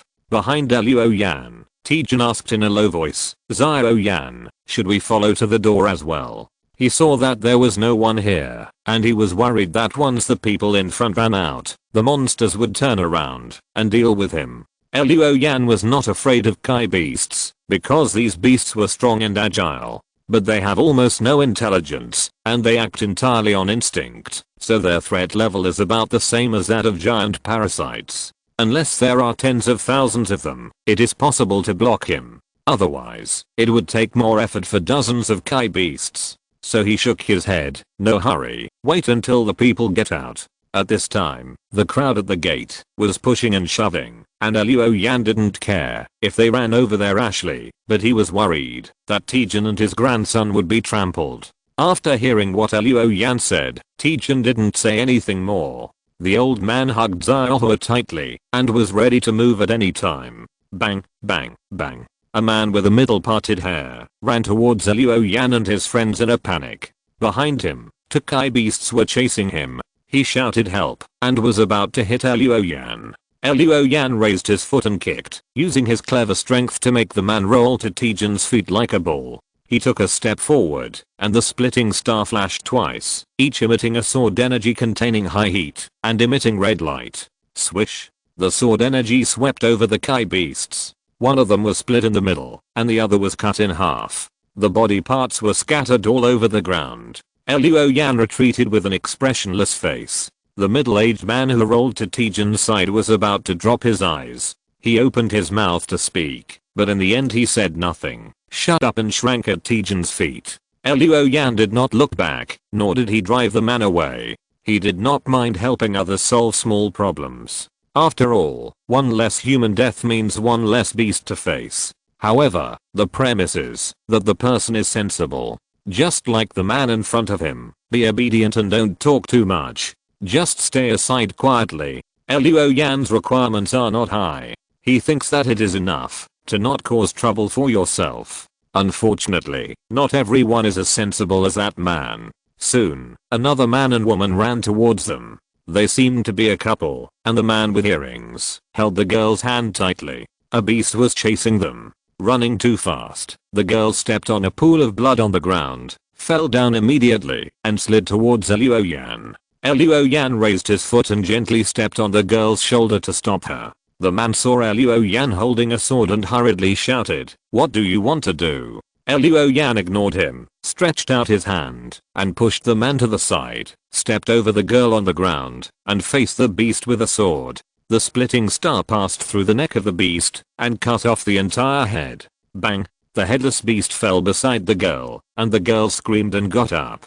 trembling all over, and threw herself into her boyfriend's arms. The young man with earrings saw Luo Yan easily kill the beast and shouted excitedly, "You are so powerful. Everyone come over here quickly. This man is very powerful. He can protect us." The man next to Tijin heard this. His face changed, and he cursed in a low voice, "Idiot." Luo Yan also looked at the man fiercely. His eyes became cold. It's okay to save people casually, but Luo Yan didn't want to increase his workload. After all, no one knows each other here. He had no obligation to fight for these irrelevant people. Besides, this was just a shelter. God knows how many monsters appeared in other shelters in the city. Luo Yan had to save his physical energy to take Tijin and his grandson out of the city. He didn't have so much energy to protect others. But now, this man was rescued, and he didn't say thank you. He also took the initiative to make things more difficult for Luo Yan. Luo Yan naturally wouldn't look at him well. Seeing Luo Yan staring at him, the man said with a guilty conscience, "Why are you looking at me? Haven't you heard that the greater the ability, the greater the responsibility? Since you have the ability to kill those monsters, why don't you protect us? Everyone will thank you." "Thank you?" Luo Yan felt funny. "What do I need those ethereal things for? Is it edible or useful?" At this time, because of the man, many people have seen Luo Shaijian beheading the evil beast. Suddenly, more than a dozen people approached this side cautiously. At the same time, the door of the shelter in front finally opened a passage. The people behind him pushed forward in a hurry, and the people at the door were pushed down by the people behind him before they could escape. Then, before they could even scream, they were stepped on by the feet that fell on their bodies and heads, and fainted. People rushed out one after another, and the beasts behind them also roared and rushed forward. A blood mist suddenly sprayed out from behind the crowd. Limbs, internal organs, eyeballs, corpses, and blood. They covered the ground. This scene made those who approached Luo Yan scream and run over. Their running immediately attracted several beasts. The man holding his girlfriend immediately pointed at the beasts and shouted, "They are coming.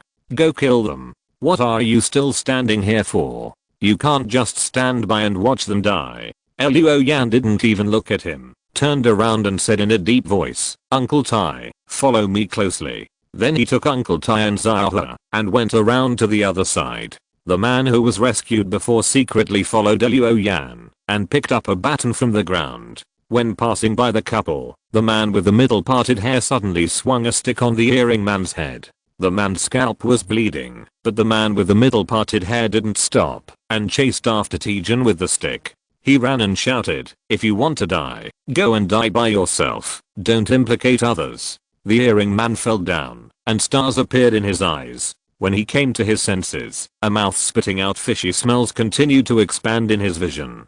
Soon, Luo Yan heard screams from behind. He remained calm, and the splitting star occasionally slashed out red sword energy to kill the beasts that rushed over. As for those who were far away, he ignored them. A moment later, Luo Yan led Tijin and his grandson out of the shelter and came to the street. The street was also in a mess, with gunshots and beast roars from time to time. Luo Yan drove the Wuwang burning eye to look at the distance of the dungeon and saw that the entire dungeon was floating with those illusory dark red smoke. "Hurry up and get in the car."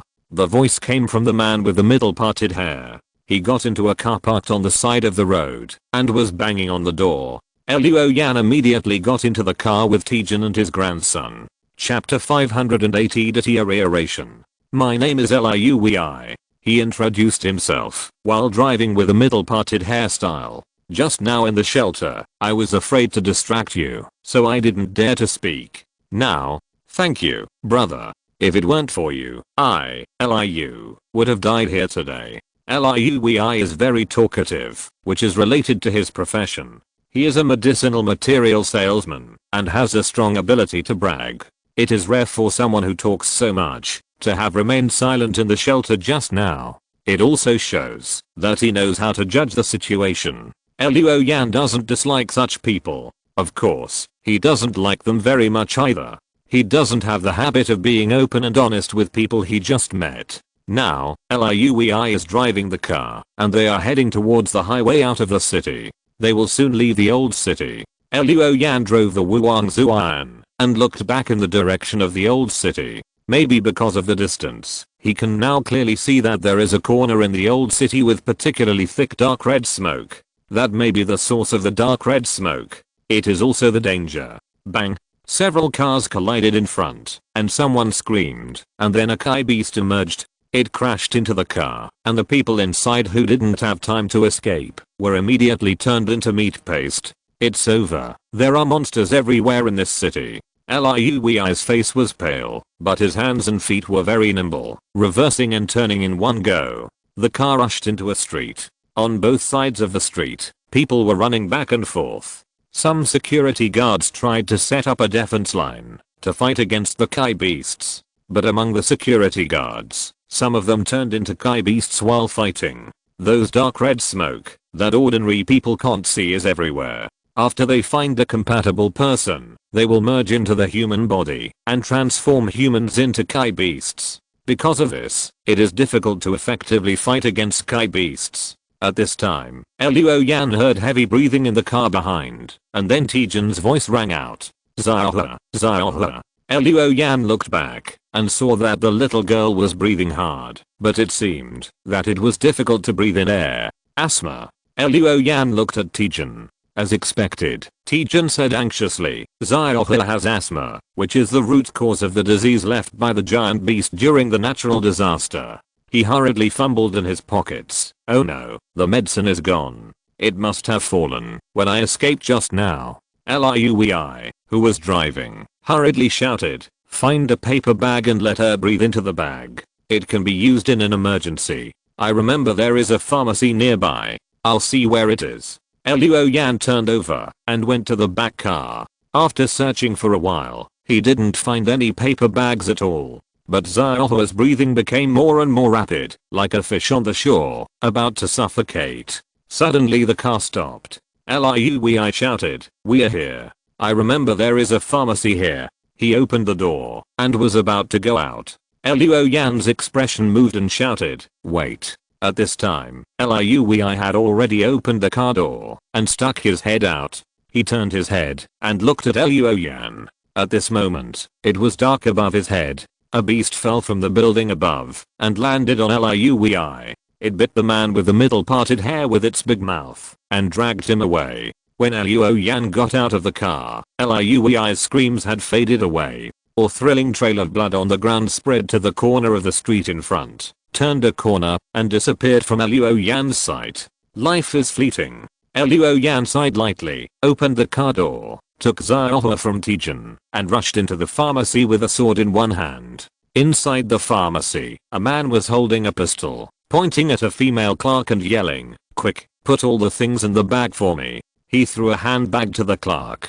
Seeing Luo Yan and others coming in, he immediately pointed the gun at them. Get out. Everything here is mine. If you don't want to die, get out of here. The answer to him was Luo Yan's splitting star. The long sword broke into hundreds of pieces, leaving light marks, and went in and out of the man's body once, leaving a corresponding number of wounds. The man with the gun sprayed hundreds of blood arrows and lay down directly. The fragments were reassembled into a long sword. Luo Yan put Xiaohe on the counter and pulled the female clerk up. Bring the asthma medicine, quickly. After a moment, Xiaohe's symptoms were relieved. Tijin also breathed a sigh of relief. At this time, the light outside the pharmacy window suddenly dimmed, and then two groups of black shadows crashed in. Falling to the ground, the glass fragments were stained with tufts of dark red fluff, and the black-rimmed pupils flashed with fierce light. As soon as the two Kai beasts, which still had many human features, came in, they rushed towards Luo Yan frantically. Luo Yan took a step forward, and the splitting star split the body of a Kai beast. The other Kai beast pounced on Xiaohe, and Tijin quickly hugged his granddaughter and used his body to block it. But the Kai beast stopped halfway because it was caught by Luo Yan. A few dragon scales quietly emerged behind Luo Yan, and the muscles on the arm holding the Kai beast bulged. He pulled the Kai beast back suddenly, pressed it against a pillar, then pressed the long sword on the back of the Kai beast's neck and pushed it forward. The beast stopped moving immediately, and her head rolled down with a plop. Luo Yan then let go and retreated, and the headless body slowly slid down the pillar. Exhaling, Luo Yan took out the mobile phone given by Jiuying Yunrang. At that time, Jiuying Yunrang said to find her if there was any trouble, and she should have certain abilities in Pingyao. Luo Yan wondered if she could arrange for him and the others to leave the underground city. According to the current situation, I'm afraid that the exit of the underground city has been blocked, and it should be impossible for the three of them to leave through the normal passage. First, the giant beast attacked, and then Pingyao changed dramatically, and the Kai beast was rampant. The situation in the city is currently deteriorating at a very fast rate. Staying for one more minute will increase the danger. It is unknown what will happen next. Luo Yan didn't want to stay for a moment. However, the phone dialed the only number in the phone book, but it was still not connected. Just as Luo Yan was making the call, another car stopped outside the pharmacy. Then two people came out of the car, one old and one young. They were actually acquaintances. They were the father and son of the Mo family who Luo Yan had extorted a sum of silk money from before. Mo Zhao and his adopted son Mo Lei. They were covered in blood, and it seemed that they had also killed their way here. Going into the pharmacy, Mo Lei settled the old man down and looked up at Luo Yan who was on the phone. But he did not connect it with the red ghost. He rushed straight into the medicine shelf, searched for a while, took out 4 or 5 bottles of medicine, and walked out again. Then he helped Mo Zhao up and said, "Dad, let's go." Luo Yan thought about it, put away his phone, and winked at Taijun. When the three walked out of the pharmacy, the father and son of the Mo family had already driven away. "Get in the car," Luo Yan shouted. He decided to follow Mo Zhao and the others. These two people were also local snakes, and they might have some illegal entrances and exits. Following them, maybe we can leave the underground city. Taijun now believed in Luo Yan, picked up Xiaohe, and got into the car. Luo Yan sat in Liui's seat, started the car, and locked the biological grey light of the Mo family father and son with Wu Wang blazing eyes. Luo Yan drove the car, and followed the Mo family father and son through the chaotic and bloody streets, all the way away. If you're listening to this novel on a channel other than Fanfic World, it means they downloaded and uploaded it without effort. We cordially invite you to visit our channel, Mundo Fanfic Novelos. There you'll find the original version of this story and you can explore many other novels of various genres. We're waiting for you to immerse yourself in a world of incredible novels. Chapter 581 Bloody Prison. In the dungeon, the headquarters of the Mecha Corps. Inside the command center, screams, roars, gunshots, and curses were intertwined. On the command bridge, a Kai beast still wearing a Corps uniform rushed towards Jiuying Yunrang. Starlight flickered around Jiuying Yunrang, and she flicked a point of starlight with her finger. The starlight flashed away, and turned into a long sword condensed by starlight on the way. It sank into the body of the Kai beast, and broke out from the back. The Kai beast suddenly flickered with starlight, and the next second, it exploded into pieces all over the ground. Jiuying Yunrang frowned, raised her arm, and raised her finger. The starlight breathed in the sky, and gathered at the tip of her finger, and then the starlight scattered. It turned into streams of light, and flew to every place in the command center like a rain of light, killing the Kai beasts one by one. Soon, the command center became quiet. People were still in shock. Just now, Jiuying Yunrang was still directing the battle on the ground. Suddenly, the humans who were working in the command center suddenly became beastly. They quickly transformed from humans into beasts. The command was interrupted. Now, Jiuying Yunrang killed the beasts in the command center. Regardless of the filth on the ground, people hurried to re-establish contact with the mechs fighting on the ground. After issuing several orders and temporarily stabilizing the ground battle situation, Jiuying Yunrang looked at the corpse of the Kai beast on the bridge and said, "What's going on?" Chief of Staff Zhu Wei, who had just returned from outside, said, "I called the security department. The city is in chaos now. Monsters like this are everywhere, attacking civilians crazily. The security department can't set up an effective defense line. The security guards, and even the soldiers in the army, can turn into monsters at any time. Captain, do you think this matter is related to the giant beast?" Jiuying Yunrong looked at the battle map on the big screen in front of him. It must be related, otherwise the timing would not be so coincidental. But I haven't heard of any kind of giant beast that can turn people into monsters. Zhu Wei thought for a while and said, I have a guess. From the situation in our command center, those who turned into monsters are basically ordinary people. Could it be that this method is useless for people who practice visualization? Jiuying Yunrong was slightly moved. If Zhu Wei's guess is correct, then practitioners can be dispatched, and a team can be formed to sweep the monsters. Tell this guess to the security department and Zengd College, and see if they can use it. We can't spare any manpower to deal with the situation in the city now. The monsters in the city can only be dealt with by other people. Zhu Wei nodded, took out his mobile phone, and began to contact the security department. Asterisk asterisk asterisk Old City, King Iron Lane. ZHEKUI looked at the pattern on the ground. That looked like a broken tent blood plate. Now, these patterns have been completely filled with dark red smoke. This sky ghost nodded and closed his eyes to feel it. At least 1,000 people have died in the city. The blood and energy of these 1,000 people should be enough for the third step of the plan. He opened his eyes again, and blood and energy surged in his eyes. Those blood and energy were wriggling in his eyes, forming small strange symbols. At this time, the entire dungeon was reflected in ZHEKUI's eyes. The strange symbols wriggling in his eyes were all over the sky above the dungeon, blocking the entire dungeon like a prison. Curse. Disaster blood prison. The Lord's Teichu tent suppressed our Sky Ghost clan, causing us to be greatly suppressed and weakened in the Teichu tent. But he would never have thought that we would get inspiration from the Teichu tent, using blood as a guide and disaster as a prison. Create bloodshed and disasters, mobilize blood and hostility, use them to block an area, suppress those practicing humans, and prevent them from entering and leaving this prison. As long as the cultivators cannot leave, they can be killed. And the blood, provided by a cultivator, is equivalent to the blood of hundreds or thousands of ordinary people.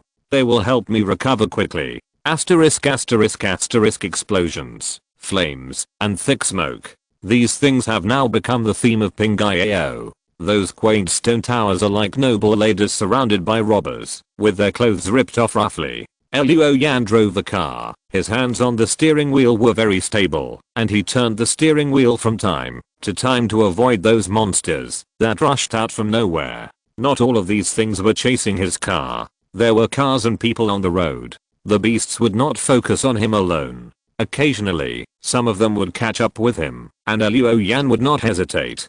If he could get rid of them, he would get rid of them. If he couldn't get rid of them, he would chop them with a sword. At this time, his eyelids suddenly jumped, and circles of fire lit up in his eyes. The Wu Wang burning eyes was activated. Looking out again, the world had changed. Just above the dungeon, under the dome holographic board, dark red blood-like things appeared, and huge symbols were written one by one. Those symbols were very strange, a bit like Teisuen, but not like it. Moreover, Teisuen gave him a sense of simplicity and solemnity. But now these symbols made him associate words such as weird, bloody, and hideous for no reason. These symbols were connected one by one, forming a line. Such character lines spread all over the sky, spreading rapidly, and falling to the end of the dungeon. When the line formed by these symbols in the sky fell to the end of the dungeon, Luo Yan felt very uncomfortable. It was as if an invisible mountain was pressing on him, and his chest was slightly stuffy. At this time, the roar of some kind of ferocious creature sounded in his mind, and a few dragon scales appeared on his back, and wisps of amber light naturally emanated from his body. They naturally dispersed, and pulled out a little bit of bloody, twisting, insect-like things in the void of space. Swallowed it. After the amber light devoured some of these things, Luo Yan felt a lot more relaxed. Just like a fish returning to the water, a bird soaring in the sky. It was extremely useful. But he didn't feel happy. He slightly felt the state of his body. Obviously, his Yuan showed signs of being suppressed. However, the part of the power provided by the dragon blood essence was abnormally active. However, the Yuanshan and the sword shadow were not affected, and they could appear at any time to kill the enemy. This made Luo Yan feel a little relieved. In this way, he drove the vehicle, following the Mo family father and son, and came to the end of the dungeon. They came to a place where sewage was flowing everywhere. There was a huge culvert here, and the sewage was discharged from the culvert to the underground city. Luo Yan watched from afar as the car of the Mo family father and son stopped. Then, the iron gate in front of the culvert slowly rose, revealing a gap. In the Wuangzhou Iron, a rune line fell from the sky and landed here, blocking the culvert and the underground city. At this time, the car of the Mo family father and son drove towards the culvert, and just as the car passed those rune lines, in the cab, Mori's face suddenly changed, and then flames spurted out from his 7 orifices, and pores all over his body. The Yuanli in his body was like gasoline, instantly ignited and exploded. Chapter 582 Alien. In the vision of the Wu Wang burning eyes, Luo Yang could see clearly. In the car, when Mori's human-shaped grey light touched the huge and mysterious symbol, the grey light suddenly burst into flames like gasoline falling into a spark. Mori's Yuanli became a fatal thing at this time, ignited by some unknown force. He didn't even have time to hum before he was killed by the Yuanli flame that broke through his body. In the car, Mo Zhao pushed open the door and got out of the car in a panic. Looking at the body of his adopted son that was still burning in the car, he was at a loss. How could this happen? How could a good person catch fire? In a moment, Mori had been burned to charcoal. At this time, Luo Yan saw a hard-sized bloody thing in Mori's body separated from his body. Then it sank into a huge mysterious symbol nearby, and the lines on the symbol suddenly lit up with strands of red light. These red lights quickly went up, wandering between the symbols, and disappeared in the blink of an eye, as if they were going somewhere through these mysterious symbols. Luo Yan frowned slightly, and then saw Mo Zhao trembling and sinking into the culvert. When the old man passed those symbols, nothing happened, and he had passed those mysterious symbols. This made Luo Yan certain of one thing. Those symbols only react to those who have practiced visualization, and have Yuanli in their bodies. If this is the case, he looked at the Tijan grandfather and grandson in the back car. Uncle, the culvert ahead should lead to the surface. But there's something weird over there, I can't get through. If I go through, I'll probably catch fire like the guy in the car in front. Luo Yan said in a deep voice, but you ordinary people can pass through. You see, the old man in front is fine. What I mean is, why don't you drive away with Xiaohe first? Tijan smiled bitterly. Xiaoyan, if uncle were 10 years younger and both thumbs were working, I definitely won't stay and be a burden to you. But uncle is old and only has one hand left. Without you around, going to the surface may not be safer than staying in the dungeon. Besides, the Behemoth alarm has not been lifted yet, which means the battle is still going on up there. If the two of us go to the surface, we'll probably die. Luo Yan did not object when he heard this, and nodded. If we stay in the city, then we must find a safe place. Let's go to the core headquarters, which should be the safest place in the entire dungeon. If we capture that place too. Luo Yan didn't say the rest. Tijan also understood that, if even the core headquarters was captured, the city would be finished. At this time, Luo Yan heard a faint roar. The sound came from the culvert. He looked up in the direction of the culvert, and saw Mo Zhao running out in a hurry. Then, deep in the culvert behind him, 2 red lights appeared in the darkness, and then a Kai beast slowly crawled out. This Kai beast was obviously different from the one seen before. It was larger, and should be more than 2 meters tall when standing upright. The bones were strong, the muscles were well proportioned, and the hair was thick. The most notable feature was the long and short black bone spurs that extended from its hair and skin. Those things glowed with metallic luster under the light, and they seemed to be some kind of alloy. Under Luo Yan's gaze, some information emerged. Kai beast, steel bone. Ochre species, an alien species among Kai beasts, born after absorbing enough blood and ki, with bones as hard as alloy, huge strength, high defense. Luo Yan's pupils shrank slightly. How long has it been? There has already been an alien species among Kai beasts. This steel bone is obviously an evolved Kai beast. At most, it has been no more than 3 hours since the appearance of Kai beasts. In 3 hours, an evolved species has already appeared. What about a little longer? The base number is too large. Luo Yan tightened his hands on the steering wheel.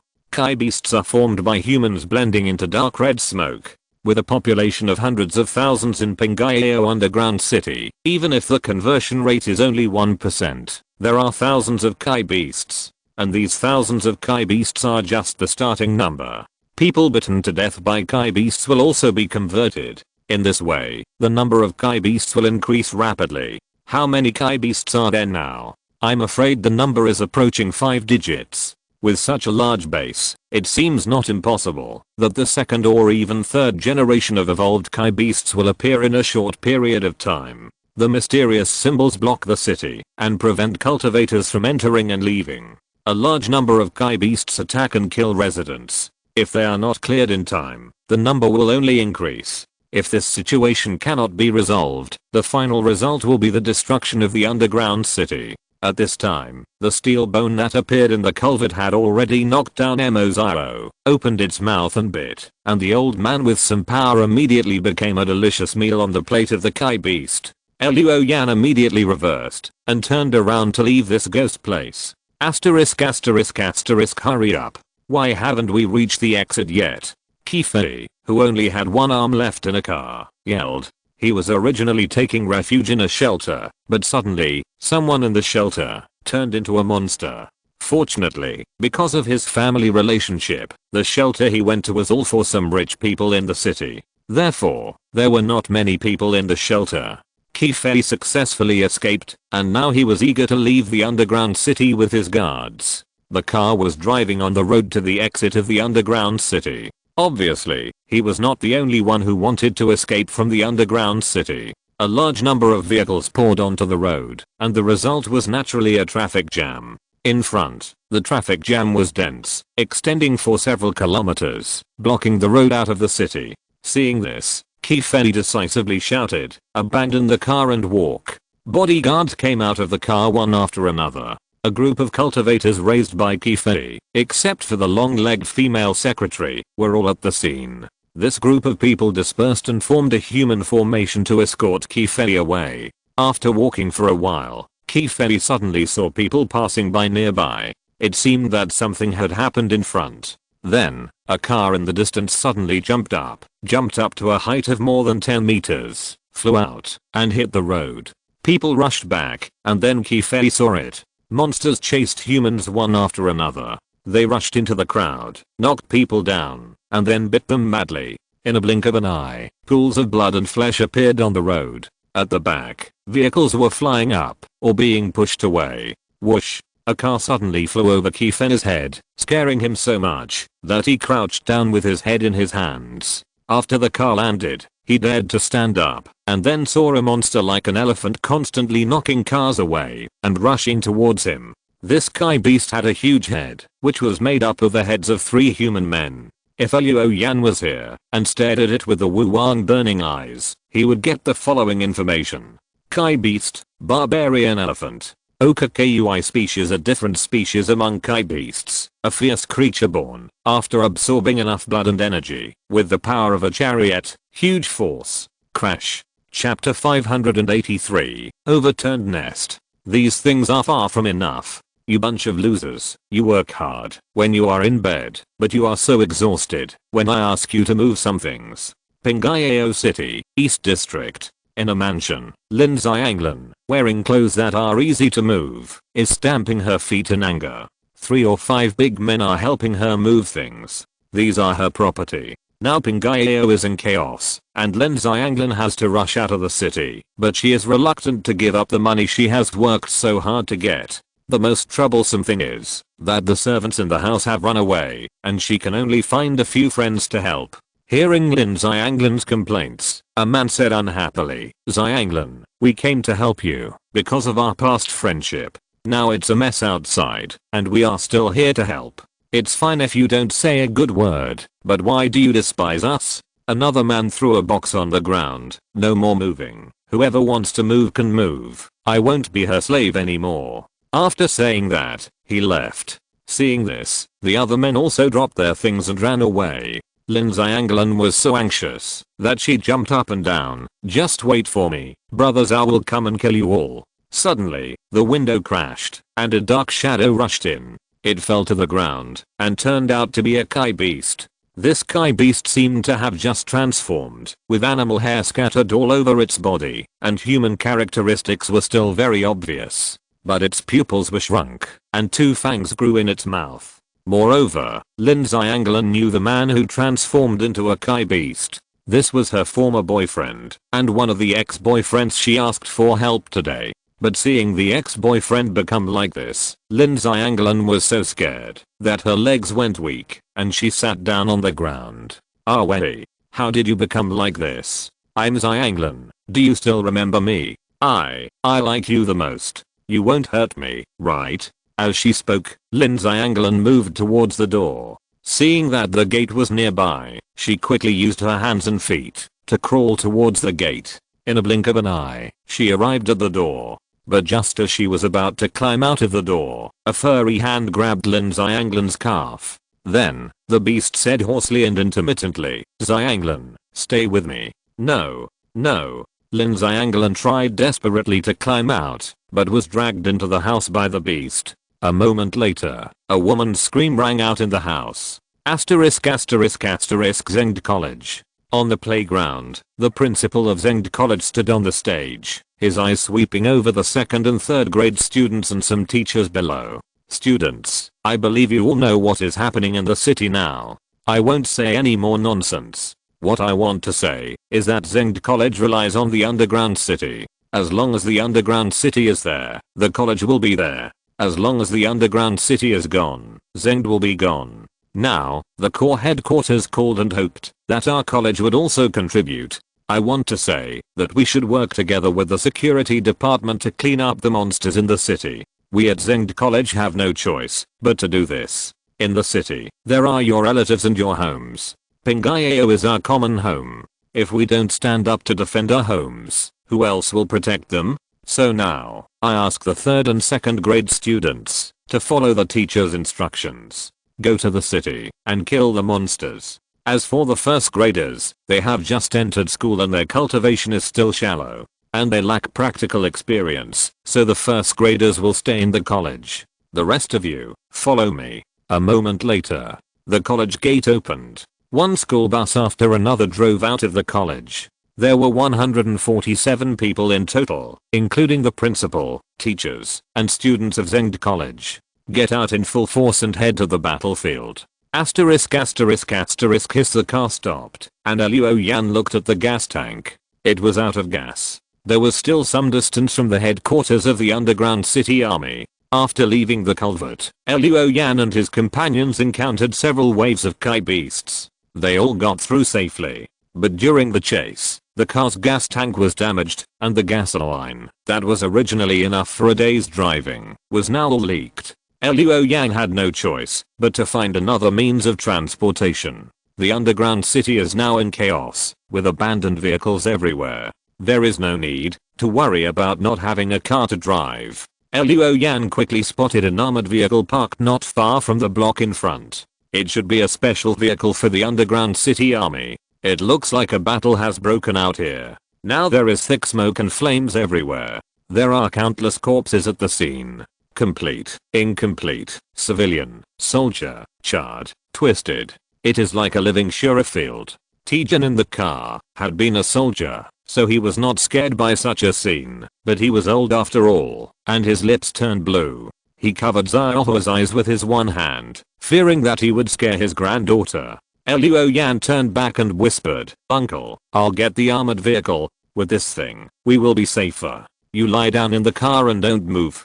Don't come out, even if you hear any noise. Try to keep quiet and wait for me to come back." Tijan was not nagging and nodded when he heard it. "Then you have to be careful yourself." "I know." After Luo Yan finished speaking, he opened the car door, crouched down with a sword in his hand, and carefully touched the armored vehicle not far away. When passing by several corpses, he took a machine gun from the soldiers and picked up several high explosive grenades. Suddenly, Luo Yan felt something in his heart, and a sense of danger surged in his heart. He decisively turned over and jumped away. A sharp click sound came from behind him. Luo Yan rolled to his feet and looked up again. He saw a blood-stained alloy spear slashing across the place where he was just now. It tore a hole in the concrete road surface. The owner of the spear was a Kai beast standing up like a human. This Kai beast was obviously also a different species. It stood like a human and was covered with dark red animal hair. The face of a middle-aged man could still be seen on his face, with deep nasolabial folds. There was no dark red hair on his chest, but a pattern similar to those in the sky appeared. Under the gaze of the Wu Wang burning eyes, Luo Yan obtained some information. Kai beast, human nightmare. Oka Kui species, a different species among Kai beasts, transformed by human cultivators, retaining some of their experience and skills in life, huge strength. Cursed nightmare. After reading this information, Luo Yan took a breath of cold air. Can human cultivators also transform into Kai beasts? Are they transformed by being bitten to death by Kai beasts, or by merging with dark red smoke? Moreover, this Kai beast called human nightmare still retains some of its experience and skills in its previous life. This is more troublesome than other Kai beasts. In addition, Luo Yan also noticed that these Kai beasts of the Zeki genus, whether they are the first generation or the alien species, have the characteristics of great strength. This seems to be a common feature of the Zeki genus. At this time, the human nightmare roared, and the black symbol on its chest squirmed and spread like a stream of water, wrapping around the alloy spear like a python. Immediately, the spear exuded a wisp of black breath like fog and smoke. Curse nightmare. Curse. Poisonous. Corroding the human mind. Chapter 584 Lurking. Wu Wang Zuan presented the information of the cursed nightmare in detail and faithfully, making Luo Yan pay more attention to the alloy spear that was wrapped with many spells and exuded a foul smell. Regardless of the combat power of this human nightmare, the ability of this cursed nightmare alone made Luo Yan unwilling to touch it. Curse. Poisonous. Mind destroying. None of them are good, so when the human nightmare roared and rushed over with the gun, Luo Yan did not hesitate, bit the pull ring with his mouth, and threw a high explosive grenade first. Although the human nightmare had some experience in his previous life, his intelligence seemed to be not very good. When he saw the grenade thrown, he drew his gun. The grenade exploded, and in the huge sound wave that tore the air, countless shrapnel fell on the human nightmare like raindrops. The human nightmare was directly blown away and hit a car parked nearby, causing the car to be dented and deformed. The human nightmare was embedded inside and seemed to have lost consciousness, but the next second he roared and jumped to the ground. This simple action caused dozens of blood arrows to splatter on the human nightmare, and pink pieces of flesh fell to the ground with a crackling sound. Although he was not dead, the explosion of the high explosive grenade scorched the fur of the human nightmare, and his body was covered with countless wounds. One of his eyes was directly blurred. Even so, he was still unwilling to leave. The alloy spear covered with spells stabbed into a car, and with a roar from the human nightmare, he directly picked up the car and smashed it towards Luo Yan. Luo Yan ducked and slid, easily avoiding the car. Then he saw the human nightmare picking up another car and smashing it violently. The human nightmare continuously picked up cars on the roadside and smashed them one after another towards Luo Yan. Luo Yan dodged several cars in a row and took a look. If this continued, the human nightmare would probably attack the car where Tijan's grandfather and grandson were. He whistled at the human nightmare to attract its attention, then turned and ran straight to a building not far away. The human nightmare roared and chased after it. The monster was running like a wolf and running fast. In a few breaths, it was almost catching up with Luo Yan. Luo Yan ran into a corridor, which was less than 2 meters wide. It was no problem to use a sword, but it was a bit difficult to use a gun. Luo Yan stopped in the middle of the corridor, and when the human nightmare rushed in, he raised the long sword in his hand and chopped it. The edge was blurred, and the sword energy emitting red sunlight was chopped out. The human nightmare relied on his experience in his previous life, and tried to block it with his spear. As a result, when the long spear was raised, the nearly 2-meter long gun body was stuck by the wall of the passage, and it failed to block the sword energy in time. The red sword energy chopped on his chest, and a purple-black blood mist spurted out immediately. The human nightmare screamed, then raised the long spear upside down, and threw it like a javelin. Luo Yan had already seen the direction of the attack, and stood against the wall, letting the long gun with a foul smell pass in front of him.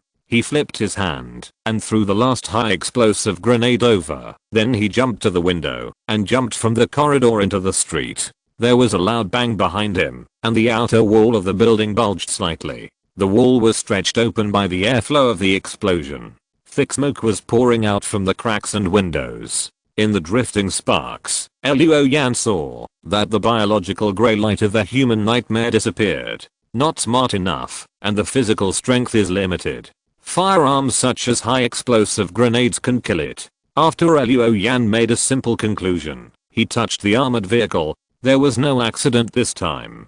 A moment later, Tijan and Xiaohua came to the armored vehicle. Luo Yan had thrown the body out of the car, but blood was still visible on the seat, and the bloody smell inside made people frown.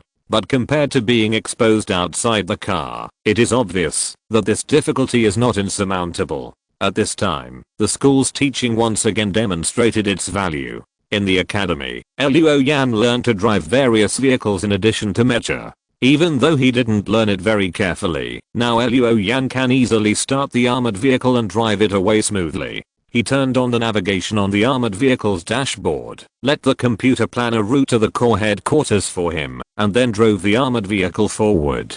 The tracked chassis armored vehicle can travel on most terrains. Even if cars block the road, they can crush the cars and move forward. With this road bully in hand, there is no need to worry about the road being blocked. After driving for a while, Luo Yan heard gunshots and shouts, and saw the flames of explosions on other streets from afar. It seems that Pingyao is also actively fighting against those monsters. At this time, Luo Yan's mobile phone rang. It was the one Jiuying Yunrang gave him. He parked the car on the side of the road and answered the call. Zhao Luo, are you okay? I was busy before and didn't see your call. Jiuying Yunrang's voice was a little concerned. Luo Yan briefly explained his situation and then said, Sister Ong, the underground city is now blocked. Try to notify the underground city officials, and do not let the cultivators approach or pass through the edge of the underground city. I don't know if it is a strange technique or a more advanced curse, but I saw with my own eyes that when a mid-level cultivator passed the edge of the underground city, his internal energy went out of control and burned himself to death. Jiuying Yunrang's breathing became obviously heavier in the receiver of the mobile phone. Then she said, there is such a thing. She continued, Zhao Luo, I'm the leader of the Pingyao underground city core. I didn't tell you before, because I didn't want to put too much pressure on you. But now, I want to know, is the blockade of the underground city related to the danger you mentioned before? Jiuying Yunrang is the leader of the core. Although Luo Yan just found out, he was not very surprised. After all, she is a woman of the same period as Wei Fenghe and Yizeng. It is not surprising that she can become the leader of the core. I'm not sure, but it's very likely. Besides, this is obviously a setup. First, the giant beast attacked and moved the dungeon mecha away. Then a beast disaster broke out, and now the city is sealed off by magical powers. This is to catch all the ordinary people and cultivators in Pingyao in one fell swoop. Luo Yan said in a deep voice. Besides, on the way here, I also encountered monsters transformed from human cultivators. But I don't know if it was transformed after death, or if it mutated while alive. But one thing is certain, even cultivators can't be careless. Jiuying Yunrang said after 2 seconds of silence. The situation is worse than I expected. Zhao Luo, I remember that your divine treasure can sense danger.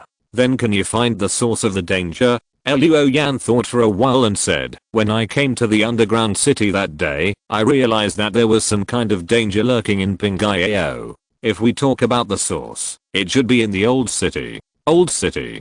Jiuying Yunrang said, beasts transformed from humans like the one that appeared today have actually appeared before, but not on the scale of today. And the first incident was discovered in the old city. Now that you say so, it seems that something is lurking in the old city. Chapter 585. Can't look directly. Old city, King Iron Lane. It's almost done. It's almost been a whole morning. Don't even mention the gods, even the great powers of the human race. None of the generals, kings, lords, and true lords have appeared. It seems that these guys have indeed been annihilated in the dust of time. Only my Sky Ghost clan will continue to prosper. ZHEKUI walked out of the yard. At this time, his yard had changed. The lines that were originally only distributed in the house have extended outside the house, covering the ground of the yard, and radiating to other directions of the old city. If you look down from the air at this time, you will see a huge, demonic, evil, and twisted symbol on the ground in a corner of the old city with King Iron Lane as the center. It is so complex, deep, and demonic. It seems to be filled with all the darkness and malice in the world, exuding the meaning of corruption and depravity of all things. The surface of the building above it began to melt, and the whole thing was like a candle thrown into a stove. It barely maintained its appearance, but the outline had been deformed. All the buildings, no matter what color they were before, now all turned black. In this darkness, from the symbol, red magic patterns rose up. They covered the black buildings, like a constantly twisting demonic flame, making the whole area exude a sense of evil. ZHEKUI stood in the yard, standing at the symbol, the center of this demonic area. Close your eyes and open your arms. It started. This area is starting to fall, falling towards the darkness, towards the direction of Yambu. It will eventually become a fruit on the branch of Yambu, and become a part of Yambu. Yambu's branches will connect here, forming a stable channel. Those guys should thank me. With this channel, we will be able to create a landing shoal in this world, so that more areas can fall, thereby expanding the scope of Yambu. Encroach on this world as much as you want. After saying this, ZHEKUI's body began to expand. His beard and hair fluttered, and quickly spread, and changed into the sky. The red beard and hair turned into blood vessels and nerves. They began to interweave, and build a network of nerves and blood vessels of some kind of creature. His body rose up, and he curled up into a ball, like a baby returning to the mother's body. Then layers of biological matrix emerged from his body, which wrapped around Zeki and gradually evolved into an organ similar to a heart. As this organ similar to a heart and a beast core took shape, all the black substances in the demon realm rose up, and turned into things like veins and tentacles. They stretched into the nerves and blood vessels of Zeki, and then began to combine to form a skeleton. Pieces of bones joined together to assemble a skeleton. In this way, the blood vessels and nerves that were like rootless duckweed suddenly had something to attach to. One end of them fell on the bones, and those that were still floating in the air began to generate flesh and blood tissue. In this way, a huge creature began to be created from nothing. In the city, in the armored vehicle, Luo Yan and Jiuying Yunrang were still communicating. Zhao Luo, can you do me a favor? We must find the source of the danger, and destroy it at the source. Otherwise, this underground city may be difficult to preserve. Although I have asked for help from other underground cities in the giant beast strategic palace, the support will not come for a while. Besides, I'm afraid we can't hold on for that long. So, I need you to be a guide, and take me to find the source of the danger. Luo Yan looked back at Tijin and his grandson, and said in a deep voice, this matter is closely related to me. If the danger is not eliminated, I will also be in danger. So, do you agree? Yes. Jiuying Yunrang smiled and said, okay, I will take a team to meet you now. As for your friends, the core will be responsible for taking care of them. I promise you that, unless the core is gone, your friends will not lose a hair. This matter was decided, and Luo Yan told his current location again. The next step is to wait for Jiuying Yunrang to meet up. After ending the communication, Luo Yan explained the situation to Tijin. Uncle, the troops will come to pick you up later. I have something else to do, so I won't go with you. Tijin sighed and said, I'm old and can't help you much, otherwise I'll have to accompany you. Luo Yan smiled and said, Xiaohua still needs you. Tijin looked at the little girl in his arms. Xiaohua had fallen asleep after running around since morning and being frightened. Yes, I'm her only relative. No matter what, I have to keep this old life. I want to see her grow up, otherwise I'll die with regrets. Luo Yan said, Uncle, what are you talking about? You will live 100 years. Tijin laughed. At this moment, a roar suddenly came from outside the chariot. Then the chariot shook slightly. Luo Yan hurried back to the cab and observed the outside world through the onboard camera. He found that strong air currents were blowing against nearby buildings and vehicles. Even the corpses on the ground were rolled by the air currents, rolling into the distance like tumbleweeds. What's going on? Tijan looked a little nervous. Luo Yan shook his head. He saw nothing, so he simply opened the roof and looked out. The strong wind outside the car gradually subsided. The smoke and flames that were originally floating in the underground city disappeared completely. The visibility in the underground city was very high, which allowed Luo Yan to clearly see that in the direction of the old city in the distance, there was a huge black shadow stretching its body. A giant beast. A giant beast covered with dark red hair. A head like a cow or a lion roared to the sky, emitting circles of shock waves visible to the naked eye, causing the dome holographic sky above the underground city to vibrate, and holographic panels kept falling down and smashing into the underground city. The giant beast had hair as bright as red neon, a mouth as bloody as a basin, and teeth like steel plates. It was huge, with a head like a mountain and horns like iron towers. The roar was even more earth-shaking. Along with its roar, pillars of fire shot up into the sky, adding a bit of majesty. Luo Yan's pupils slightly expanded, and circles of fire appeared in his eyes. The Wu Wang burning eyes was activated.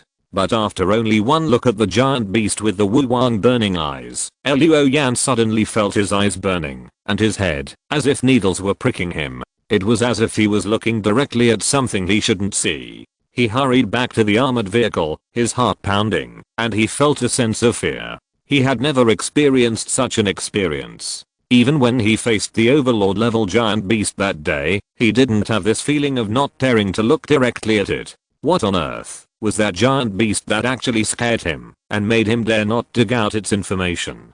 Chapter 586, Acquired Ghost. Core Command Center. Jiuying Yunrong was about to leave after explaining the matter to the chief of staff, but someone below almost screamed. Behemoth. Behemoth appeared in the city. Location: Old City. Jiuying Yunrong stopped abruptly, then rushed back to the bridge and shouted, "What level?" The staff below was busy for a while, and then said with a slightly puzzled and uncertain tone, "The Behemoth radar seems to have a problem. We can't read the spectrum signal of the Behemoth." What?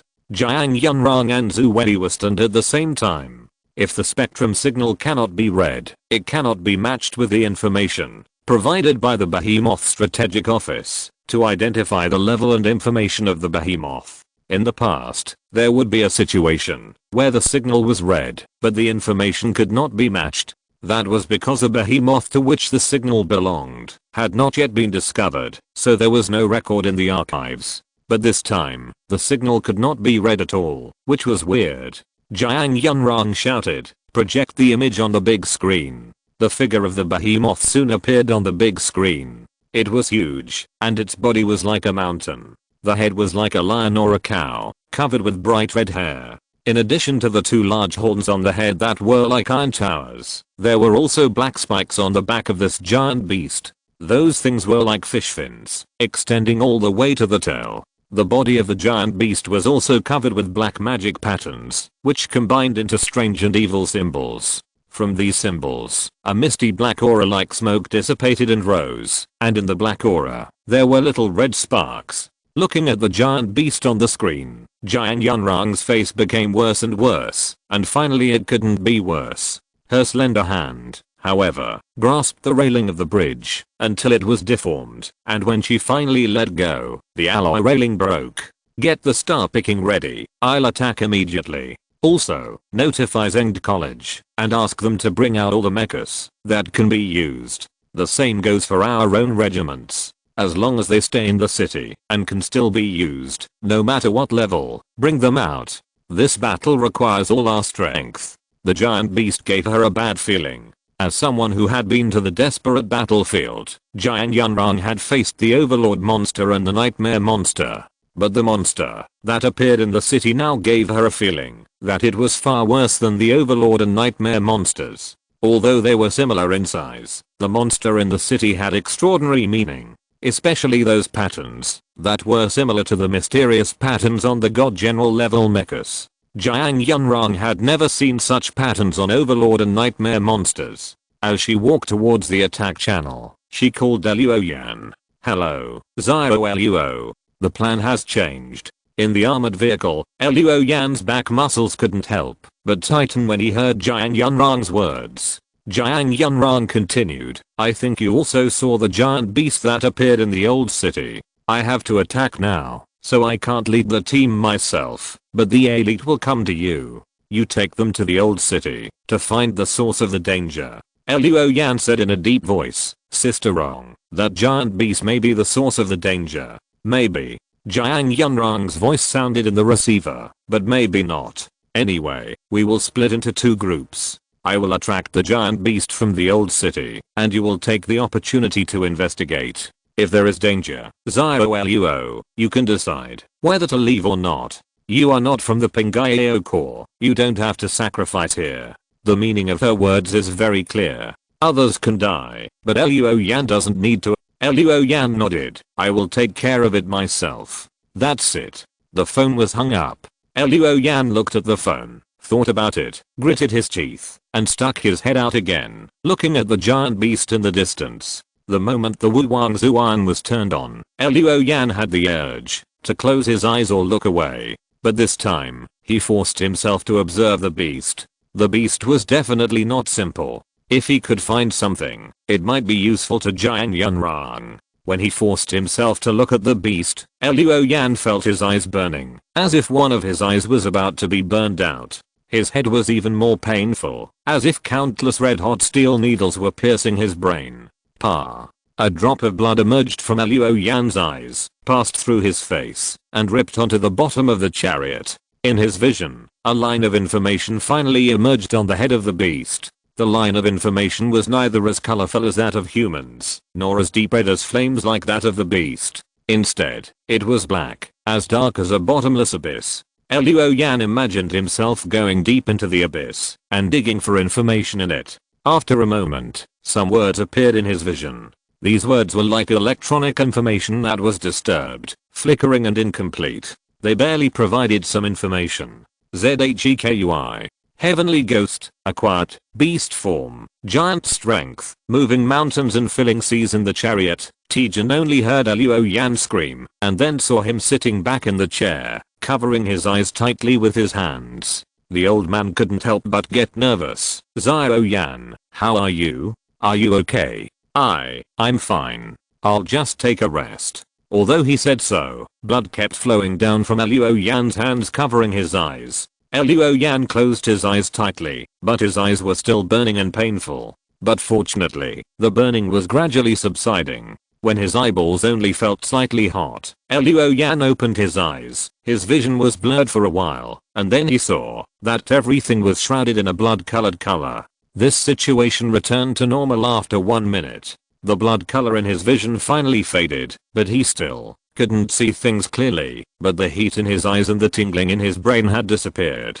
Zeki? Is that the name of the giant beast? The previous Kai beasts all had the information of Zeki genus, which means that those Kai beasts were created by it. Xiangui. What is Xiangui? What does Haoshan mean? The beast form is not difficult to understand, but why is it marked?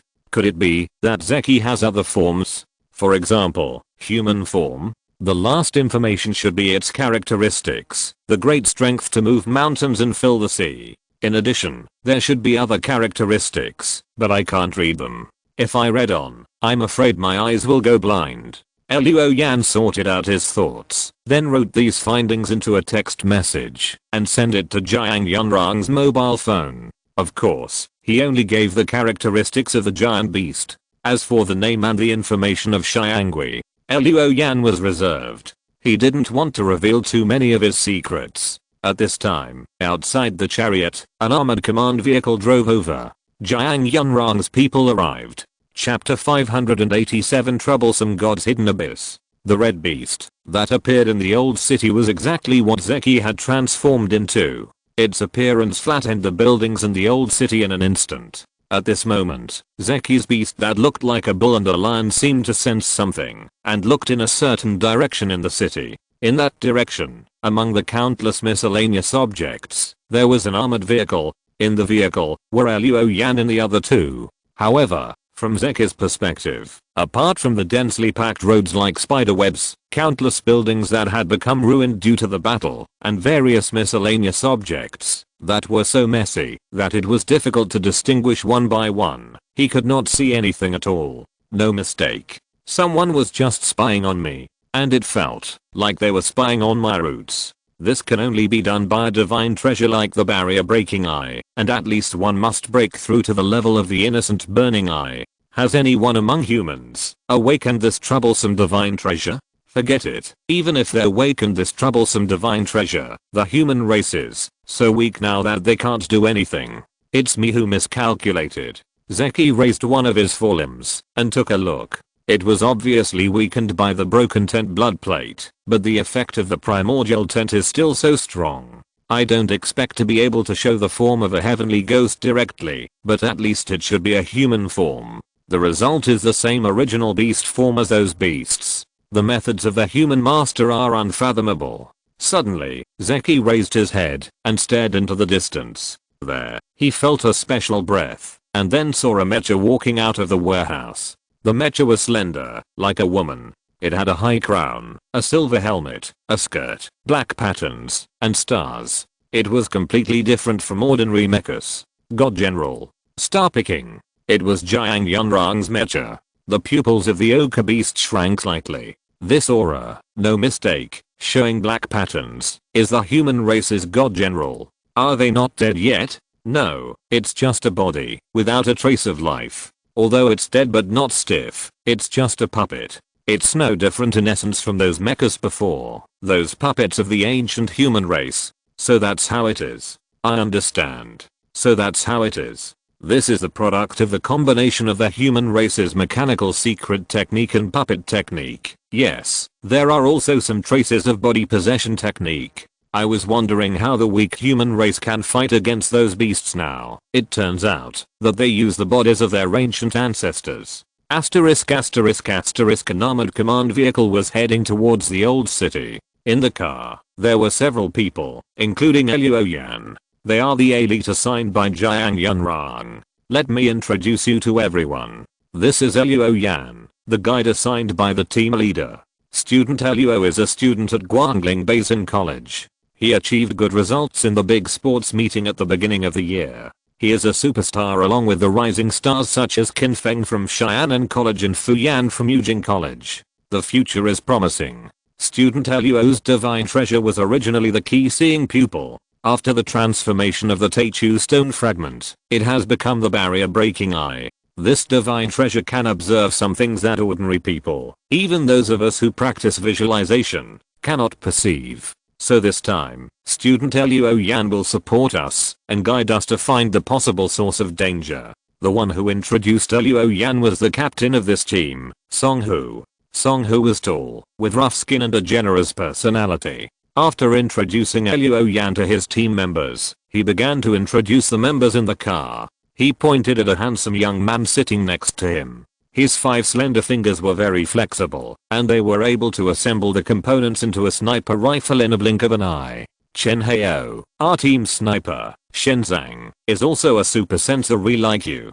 With him, we can charge and kill with extra confidence. Then his fingers moved and fell on a petite girl, Jiuying. Her Shenzang is a mystical, which can manipulate inanimate objects in the surrounding environment and combine them to become special weapons. How old is Luo this year?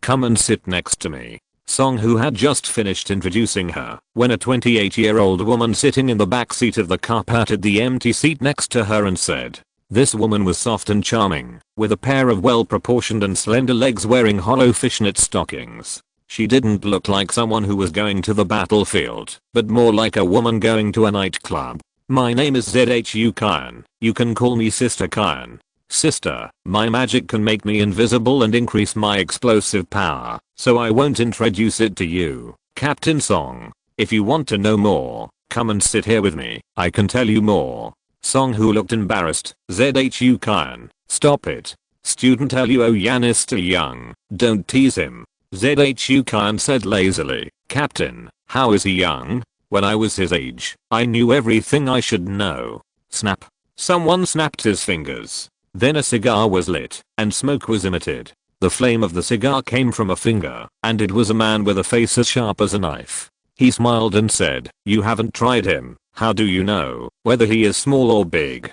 Zhu Kan looked at her companion with a smile. "Lan Feng, why do you sound a little sour?" The man called Lan Feng smiled. Not really, not really. I know how deep you are, Zhu Kan." Zhu Kan rolled her eyes. "Get lost." Song, who had a headache and patted Luo Yan's shoulder and said, "Those two people talk in that tone. Don't bother with them. You sit over there, Jiuying." At this moment, the car shook, and from the window, it was the mechs in the city that started fighting with the red beast. The mechs used conventional tactics, and used guns and cannons to test first. There were many types of guns and cannons, ranging from handheld semi-automatic rifles for behemoths to long-range tactical missiles. Those who were good at esoteric arts set up barriers near the war zone to prevent the war from spreading to the central city. Even so, under the bombardment of guns and artillery, the underground city continued to shake, causing the armored vehicle, where Luo Yan was to bump all the way.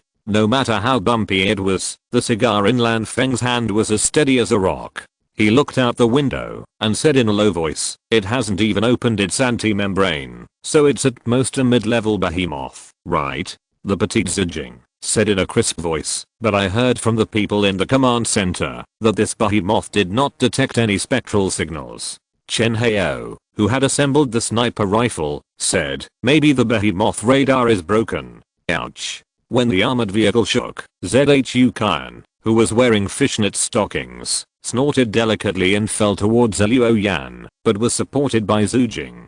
Zhu Kan looked at Jiuying with resentment, then glanced at Luo Yan and said, "Student Luo, what level do you think that red beast is?" Luo Yan looked at the flames that enveloped the behemoth in the distance, but did not answer. If you're listening to this novel on a channel other than Fanfic World, it means they downloaded and uploaded it without effort. We cordially invite you to visit our channel, Mundo Fanfic Novelos. There you'll find the original version of this story and you can explore many other novels of various genres. We're waiting for you to immerse yourself in a world of incredible novels. Chapter 588 Mockery. Ceasefire. Ceasefire. Pay attention. This giant beast cannot be detected by radar. Don't be careless. The target is in sight. Target. Target is intact. Target is intact. In the cockpit of the mechs Xing, a burst of exclamation sounded on the communication channel of the command console. Looking out through the panoramic window, Jiang Yunrang's face was solemn, and the murderous aura between his eyebrows became stronger and stronger. In the sea of fire in the distance, a black shadow gradually appeared, with no sparks on the dark red hair, and the black iron horn seemed to be cold without a trace of temperature. The magic patterns on the body still exuded black air. The red beast did not lose a single hair under such fierce fire. Unscathed. This is the situation. How did they do this? I didn't see the anti-membrane unfold. It can withstand so many attacks from hot weapons without unfolding the anti-membrane. This thing is going to fly to the sky. In the communication channel, the mecha divisions participating in the battle exclaimed one after another. Especially for those from the academy, such counterintuitive phenomena made them begin to wonder whether the knowledge in books was outdated. Jiang Yunrang exhaled a breath from his mouth. The information provided by Luo Yan flashed through his mind. Giant force, moving mountains and filling the sea. Jiang Yunrang said in a deep voice, "Use only firearms instead. Pay attention. This giant beast has the characteristics of giant force, and moving mountains, and filling the sea. The former is easy to understand, but the latter is still a mystery. Test it first. Don't approach rashly. If there is danger, leave immediately." Under her order, the mechs participating in the encirclement and suppression all switched to only firearms. Jiang Yunrang himself took a red sniper rifle decorated with classical patterns from the weapon rack next to the mecha. Xing set up the sniper rifle and aimed at the forehead of the red beast with the help of the computer. At this time, the red beast looked over, and on its head that looked like a cow or a lion, it actually showed a very human expression. The corners of his eyes slightly lifted, and his lips stretched and lifted at the same time. This was a contemptuous smile. It was as if he was mocking Jiang Yunrang for overestimating his own abilities. This expression made Jiuying Yunrang feel even more depressed. But she did not stop moving at all. Bang! A strong gunshot rang out, the cab shook, and a strong light lit up outside the panoramic window. In the strong light, a bullet condensed by Yuan Li, with a cyclone visible to the naked eye, shot out from the muzzle. This bullet swept the sparks and ashes floating in the surrounding space all the way, and in an instant, it hit the red beast's head fiercely. At the moment of collision, the spherical orange-red flame expanded rapidly. When this fireball expanded to its limit and began to explode, new fireballs formed around it. One bullet caused a series of fireballs to explode on the red beast, which then formed a sea of fire, then suddenly shrank inward and collapsed, and finally turned into black smoke that covered the sky and the sun, making the giant beast disappear. This is the power of the magic class sniper, the infernal fire. After the infernal fire, the other mechs also poured firepower into the thick smoke, shaking the entire city. Just when people thought the red beast was suppressed, a huge shadow rushed out of the thick smoke. The red beast did not roar, and its eyes were calm. With several flames on its body, it rushed to the front of the middle-level Zhuangji. Jiuying Yunrang's voice immediately sounded in the communication channel of the Zhuangji. Disengage. Eject the escape pod immediately. The voice was still ringing, but the driver saw that the red beast's huge pupil was attached to the panoramic window. The eyes seemed to say, "Can you escape?" Then the driver heard the earth-shattering sound of the mecha. He only had time to press the escape button, and the panoramic window suddenly exploded. Countless fragments sprayed outward, and a stream of hot air took the opportunity to rush into the cab. The cab fell into a dark place because the red beast outside opened its mouth wide and bit it. The bloody mouth wrapped the entire cab in its mouth. The driver could see the esophagus emitting fire in the darkness, as if the end of the esophagus was burning lava. The armor of the cab was squeezed violently and quickly deformed. Several sharp teeth pierced through the armor protection layer and appeared in the cab. Finally, a tongue covered with barbs rolled in. Wherever it passed, the instruments were broken, and electric fire flashed. Even the mecha master was no exception. When the tongue retracted, there was only a bloody and broken body left in the cab. In the cab of the star picking, Jiuying Yunrang's eyes were full of murderous intent. She watched the red beast pounce in front of a Zhuangji, first tearing the Zhuangji into two pieces effortless, and then closing its big mouth and biting the Zhuangji's head to pieces. At this time, the red beast shook its head and spit out the deformed Zhuangji's head. Bang! The Zhuangji's head smashed several cars, rolled several times, and stopped on the road. Without even looking, one could tell that the driver inside had not had time to escape.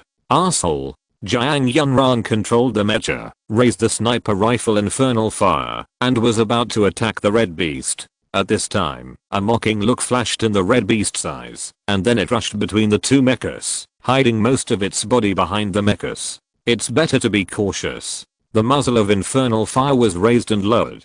Jiuying Yunrang's pupils shrank slightly. This giant beast actually knew how to use friendly machines to make himself afraid to attack. Disperse. Disperse quickly. Jiuying Yunrang shouted, and the surrounding mechs dispersed one after another, exposing the red beast. The red beast didn't seem to be in a hurry. At this time, a twisted and weird symbol appeared in its eyes. The surrounding buildings suddenly vibrated and hummed, and then rose from the ground, as if they were pulled up by invisible big hands, and then like a huge pendulum, it made a thunderous explosion, scattered in all directions, and smashed into the mechs one by one, moving mountains and filling the sea. Asterisk asterisk asterisk squeak. The armored command vehicle finally stopped. The door opened, and a cloud of smoke mixed with a lot of dust was coming, almost choking Luoyan. Song Hu handed him a gas mask and said, "Put it on. Unless you can see things with your eyes closed, it's better to put it on." Luoyan put on the gas mask and looked around, only to find that the entire old city had basically been razed to the ground. There was no intact building in sight. A large amount of powder particles and various miscellaneous things were all blown into the air and would not settle for a while. Without a mask, even if you can hold your breath for a long time, your eyes can't stand it. Looking at the ground again, the ground turned charred black. When you step on it, it feels like stepping on mud. It seems that the ground has melted, but it feels hot. But when you walk, it feels a little sticky. It feels like walking on a huge corpse that has died and begun to rot. P.S. I have been troubled by some things these 2 days and I can't calm down to write today, so I will only update one chapter. Chapter 589 Disaster. ZHU Kyan, wearing a gas mask, shorts, and cool fishnet stockings, looked around, then turned back to look at Chen Heo who was holding a sniper rifle and said, "Ah Heo, why don't you stay here? There is too much smoke here, which affects your vision. It's useless for you to go." Chen Heo said calmly with a straight face, "My Shenzang is not just about seeing far. The thermal energy of living things, the changes in airflow when moving, the refraction of light, etc., can all provide me with the conditions to locate the target. You don't have to worry about me. It's better to worry about yourself. Your Shenzang is invisible, but you can't really become a ghost. Moving in this environment, the traces left behind will be very obvious. Be careful not to be discovered." ZHU Khan laughed. "Thank you for reminding me." Song, who had a headache, and looked at Luo Yan and said, "Zio Luo, where should we go now?" Luo Yan did not rush to answer, but raised his head, and circles of fire lit up in his deep red eyes. Wu Wang's iron is activated. In the sky, the thick smoke that blocked the view suddenly disappeared. In the world with a little firelight, Luo Yan once again saw those mysterious symbols lined up in a line. They were scattered all over the sky above the underground city, but they all gathered in the direction of the old city, and gathered in the southwest direction and fell. Luo Yan pointed in that direction, and reported a number according to the data given by Wu Wang Zuan. Southwest direction, about 2.3 kilometers away from here in a straight line. The baby-faced Jiuying immediately took out a mobile phone, opened the map, and looked at it, saying, "Comparing with the previous map of the old city, it seems that our destination is an alley called Qingyan." Song, who nodded, "Since that is a source of danger, let's act." Student Luo, "Do you want to stay? You are just a guide. Now that the source of the danger has been found, there is no need to take risks anymore." Luo Yan shook his head and said, "I'll go with you. Now that the underground city is blocked, I can't leave. Even if I want to, I might as well contribute and see if I can solve the problem as soon as possible." Lang Feng snapped his fingers. A flash of flame popped up and smiled. "I like him." Song, who smiled heartily and said, "If you are willing to help, that would be the best.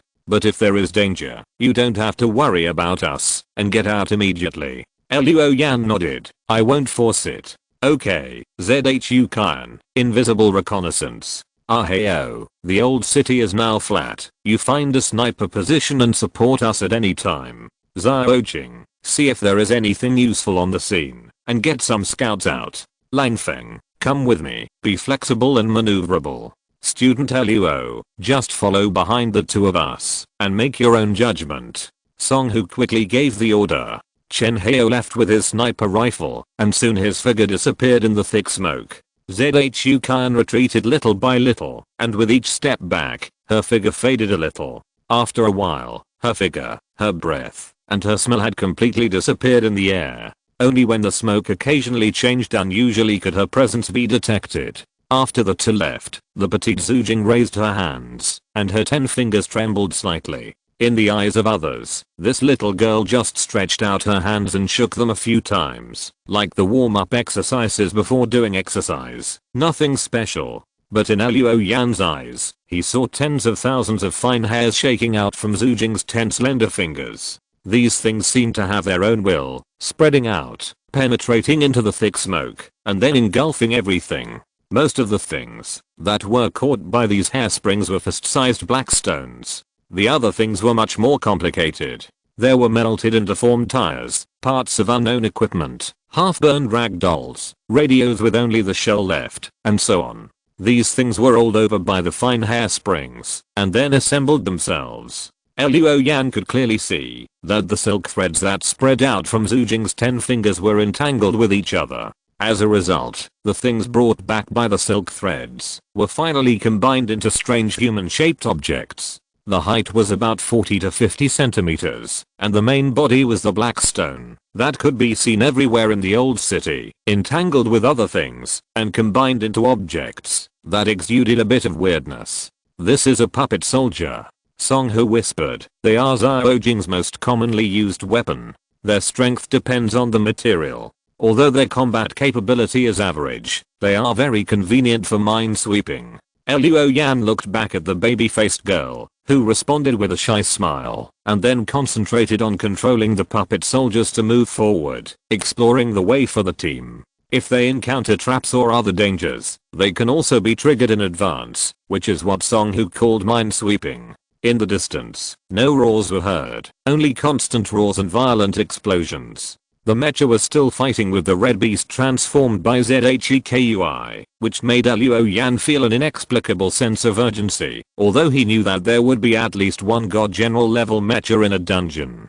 God General level mechas have the power to fight against the Overlord beast. However, Zhekui is not an ordinary beast. Heavenly Ghost. What exactly is a Heavenly Ghost? Luo Yan didn't know. He habitually focused his mind on what he could do in front of him. Put aside those things that could not be completed for the time being and were difficult to understand. He tightened the splitting star in his hand, followed Song Hu and his party, and began to go deeper into the old city. After walking for a while, Song Hu and his party stopped. In front of them, the charred ground sank and cracks appeared. In the cracks, red light dissipated, twisting like a demonic flame. A soldier puppet accidentally fell into this crack emitting red light and lost contact with Jiuying. The soldier puppet fell apart in the strange red light and turned into messy materials. Looking at the soldier puppets falling apart in the red light of the crack, Song Hu said in a deep voice, "Take a detour, be careful, don't fall into this kind of crack." Luo Yan maintained the Wu Wang burning eyes and looked at the red light in the cracks. He saw some information jumping on these demonic lights. Disaster light. Touching it will bring disasters, including but not limited to disintegration, water, and fire, evil diseases, magic spells, earth robbery, etc. Luo Yan's pupils shrank slightly. This so-called disaster light is so terrifying that touching it will cause all kinds of disasters. The calamity that the soldier puppet had provoked should be the calamity of soldiers' disintegration. However, the calamity included in the calamity light is not limited to soldiers' disintegration. At this time, Luo Yan felt the dragon blood essence in his body stir, and then a few dragon scales emerged on his body. Amber light gas that was difficult to detect with the naked eye was emitted, and the front of these things vaguely turned into the evil heads of lizard dragons. The dragon heads opened their mouths one by one, and actually tore the calamity light that drifted above the crack. Luo Yan was stunned, wondering if these amber light gas tearing the calamity light would bring disaster to himself. Suddenly, a roar sounded in front, and then the thick smoke broke, and a beast rushed out with a hideous face, and knocked down one of Jiuying's soldier puppets that was exploring the way. Chapter 590 Special Treatment. Song Hu and the others were not too nervous when they suddenly encountered the Kai beast. It was obvious that they had expected this situation. Facing the Kai beast, they only slightly changed their positions. Song Hu leaned forward, and Lan Feng moved closer to Jiuying and Luo Yan, obviously to protect them. But before they could make any move, a dazzling red flame flew out from Luo Yan and the others' heads. While the smoke pierced by it could still see holes, the Kai beast that had pounced on the soldier in the distance had already had its head blown apart. At this time, the sound of a sniper rifle came from behind them. Chen Hao. As the sniper said, the smoke did not affect him. He was still able to control the battlefield and provide strong support to the team from a distance. Although Kai beasts have the characteristics of huge strength, their physical strength is average, and they cannot withstand a beating. Luo Yan has verified this many times. Moreover, these things will not unfold the anti-membrane, so human thermal weapons can have an effect on them. The head of the Kai beast in front of him was almost blown off by Chen Hao's shot, and its body was also knocked away by the strong kinetic energy, falling into the thick smoke, twitching and unable to get up again.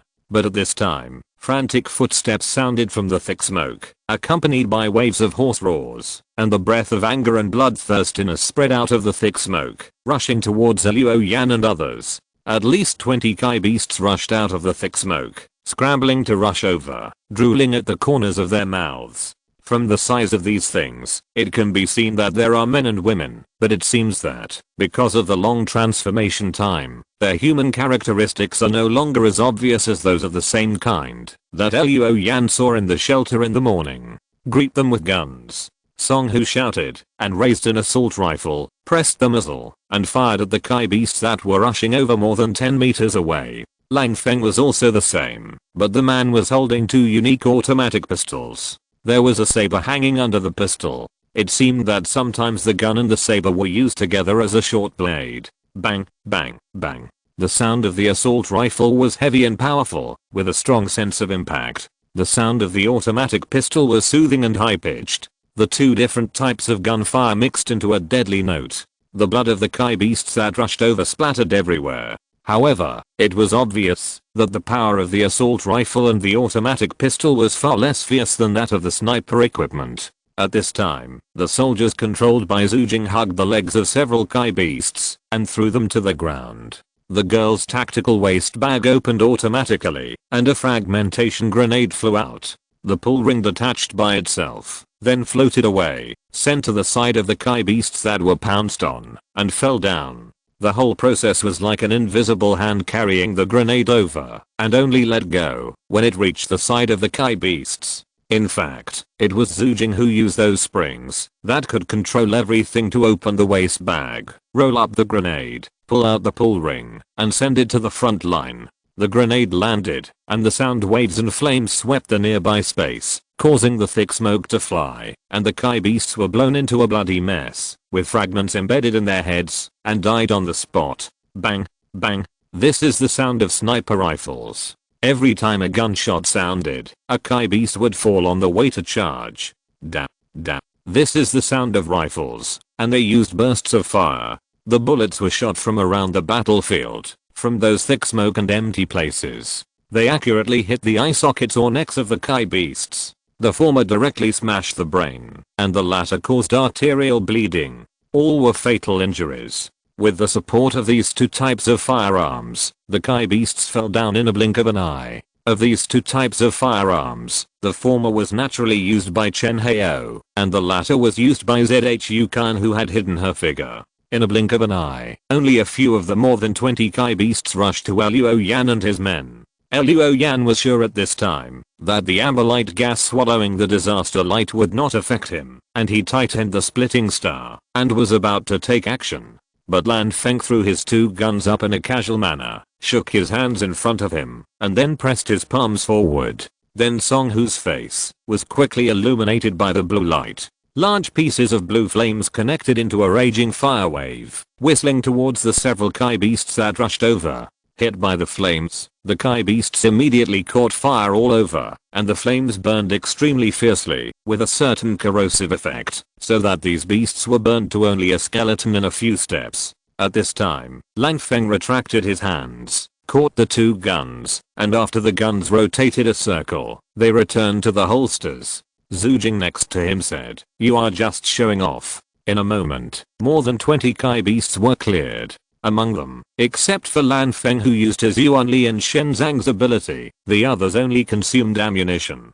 But from the actions just now, it is not difficult to see that this team of people cooperated well. No wonder they were assigned by Jiang Yunrang to investigate the source of danger. Luo Yan clenched his hand around the star splitter and then relaxed, feeling very strange. This was the first time he enjoyed being protected and not having to kill the enemy. At this time, the amber light had shrunk back. The disaster light in the nearby cracks had dimmed visibly. Judging from the feedback from the dragon blood essence, the disaster light that had just been swallowed had been stored and was ready for use at any time. "Let's go," Song Hu said, and then he walked forward with his rifle. Luo Yan followed him, and at the same time, felt a little full, as if he had eaten and drunk enough. This made him, who had been running around all morning, not feel hungry, even though it was past lunchtime. Asterisk asterisk asterisk puff. A dull sound of flesh splitting sounded, and a Kai beast surrendered and split, falling heavily to the ground.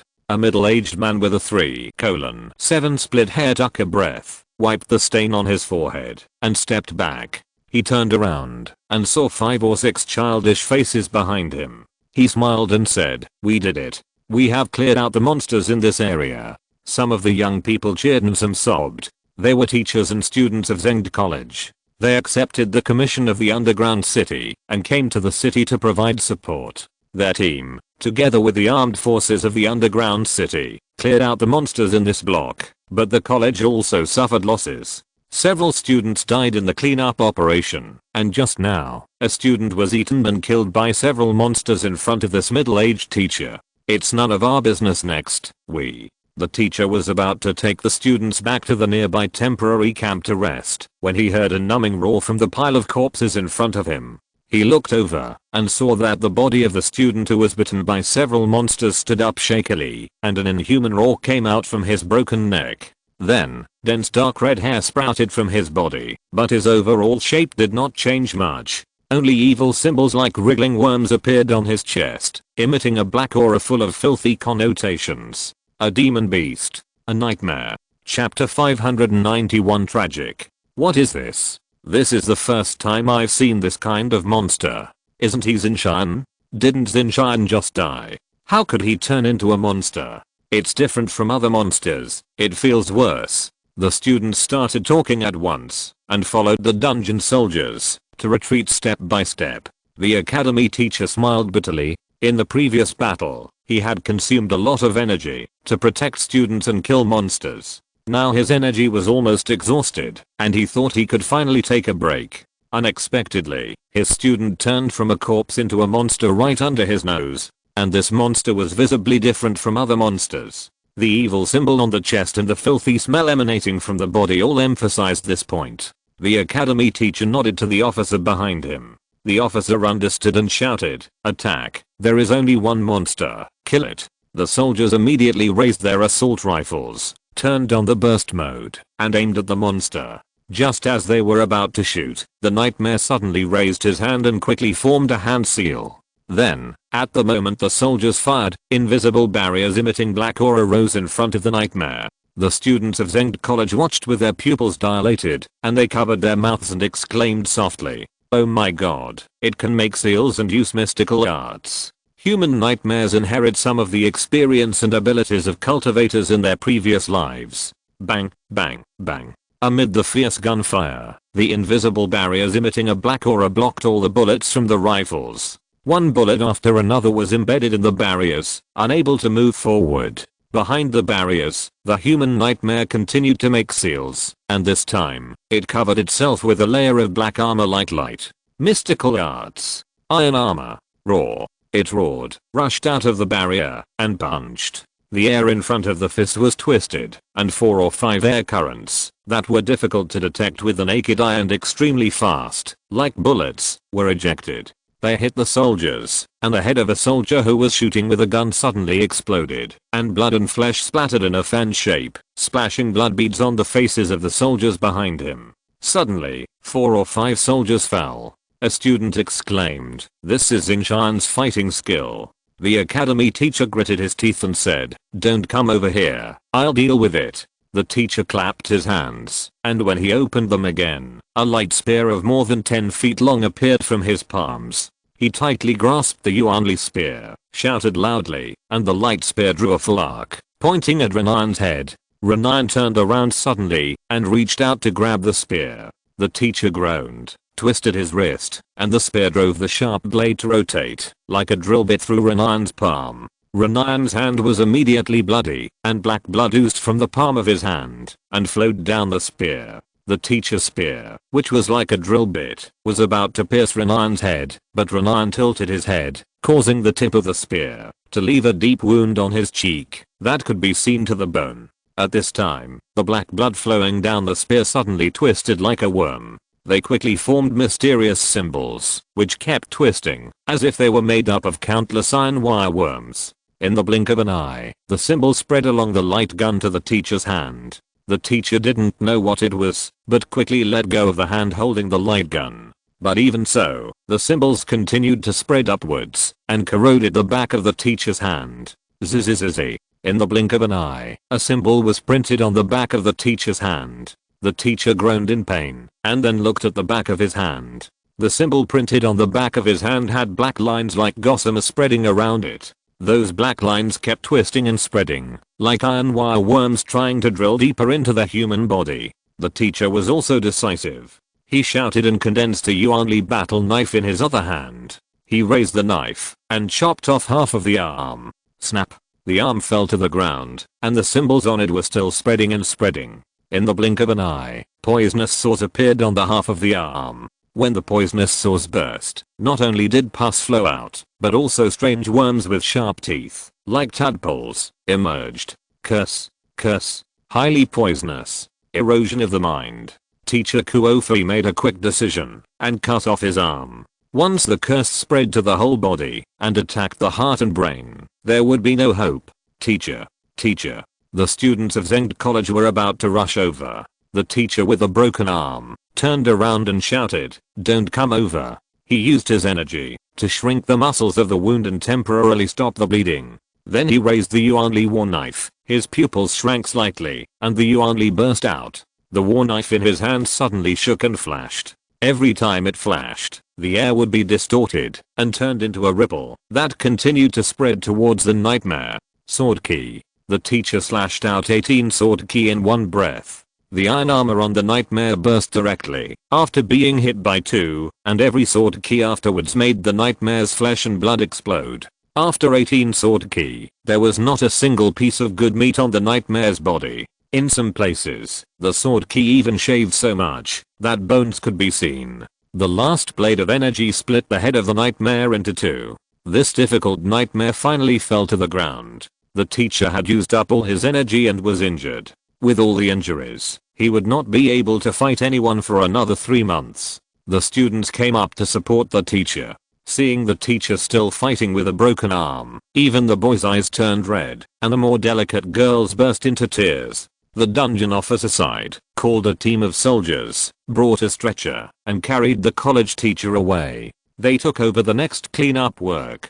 At this moment, similar tragic battles were happening everywhere in the dungeon. Although the dungeon was not losing ground, the number of casualties remained high. This was because soldiers or cultivators on the front line were transformed into Kai beasts. In addition, the alien species among the Kai beasts always put great pressure on the personnel on the front line. On the other side, in the distance of the dungeon, Jiuying Yunran was also facing great pressure. Outside the panoramic window, the red beast rushed like a wolf. Except for her starpica, other mechs were no match for it once they got close to it. In addition, this giant beast showed its ability to move mountains. It didn't seem to move, but it pulled up a building of dozens of meters and then moved it to smash the nearby mecha. Jiuying Yunran believed that this was because there were no high mountains in the city. Otherwise even the peaks would be uprooted by this giant beast and turned into a weapon to kill the enemy. This kind of magic method, let alone seeing it with your own eyes, has never been heard of.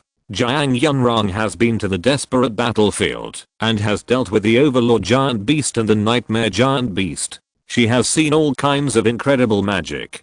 But this kind of magic, which can be used without any signs, when it is launched, and without showing the beast's soul, is the first time she has seen it. In addition, the radar cannot detect the spectrum signal of this giant beast. It reminded Jiuying Yunran of a saying. Chapter 592, Stars as Swords. Jiuying Yunran has a friend who studies Gixu in the giant beast strategic mansion.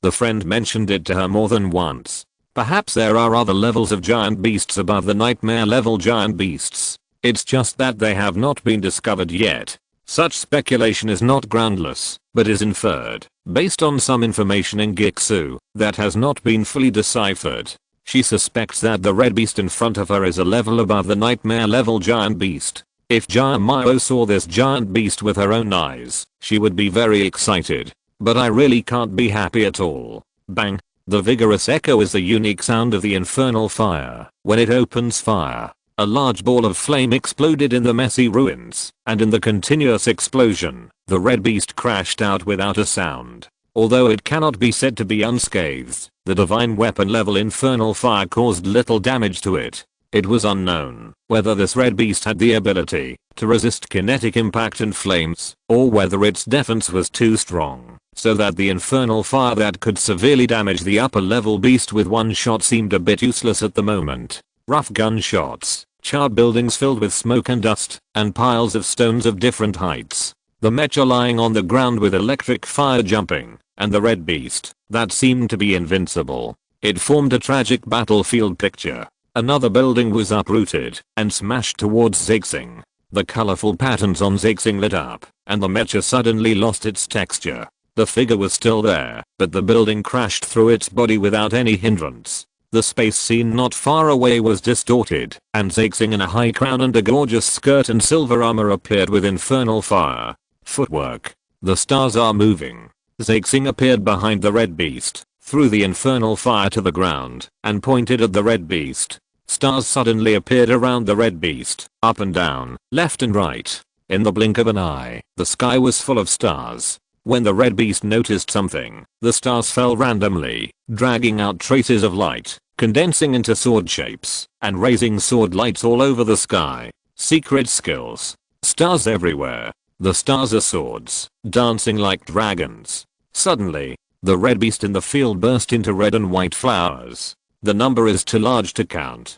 Suffering so much damage, the red beast, that had been silent since the beginning of the battle. Finally, it snorted. Asterisk asterisk asterisk da da da da da. In the old city, the vigorous and powerful gunshots of assault rifles continued to ring out. The yellow shells fell on the uneven black ground. The scorching fire lines that illuminated the space flew all over the sky, causing the beasts that came one after another to bloom with flesh and blood flowers. Under the guidance of Jiuying, Song Hu's team continued to go deeper into the old city and had advanced nearly 2 kilometers. At this distance, the black symbols that gathered and fell from the sky were densely packed and closely connected, forming a pillar-like thing. It fell into a corner in the distance. When they arrived here, Jiuying and others felt greater resistance. A large number of Kai beasts jumped out from behind the walls of various ruins, from under the wreckage of cars, and from various unexpected places.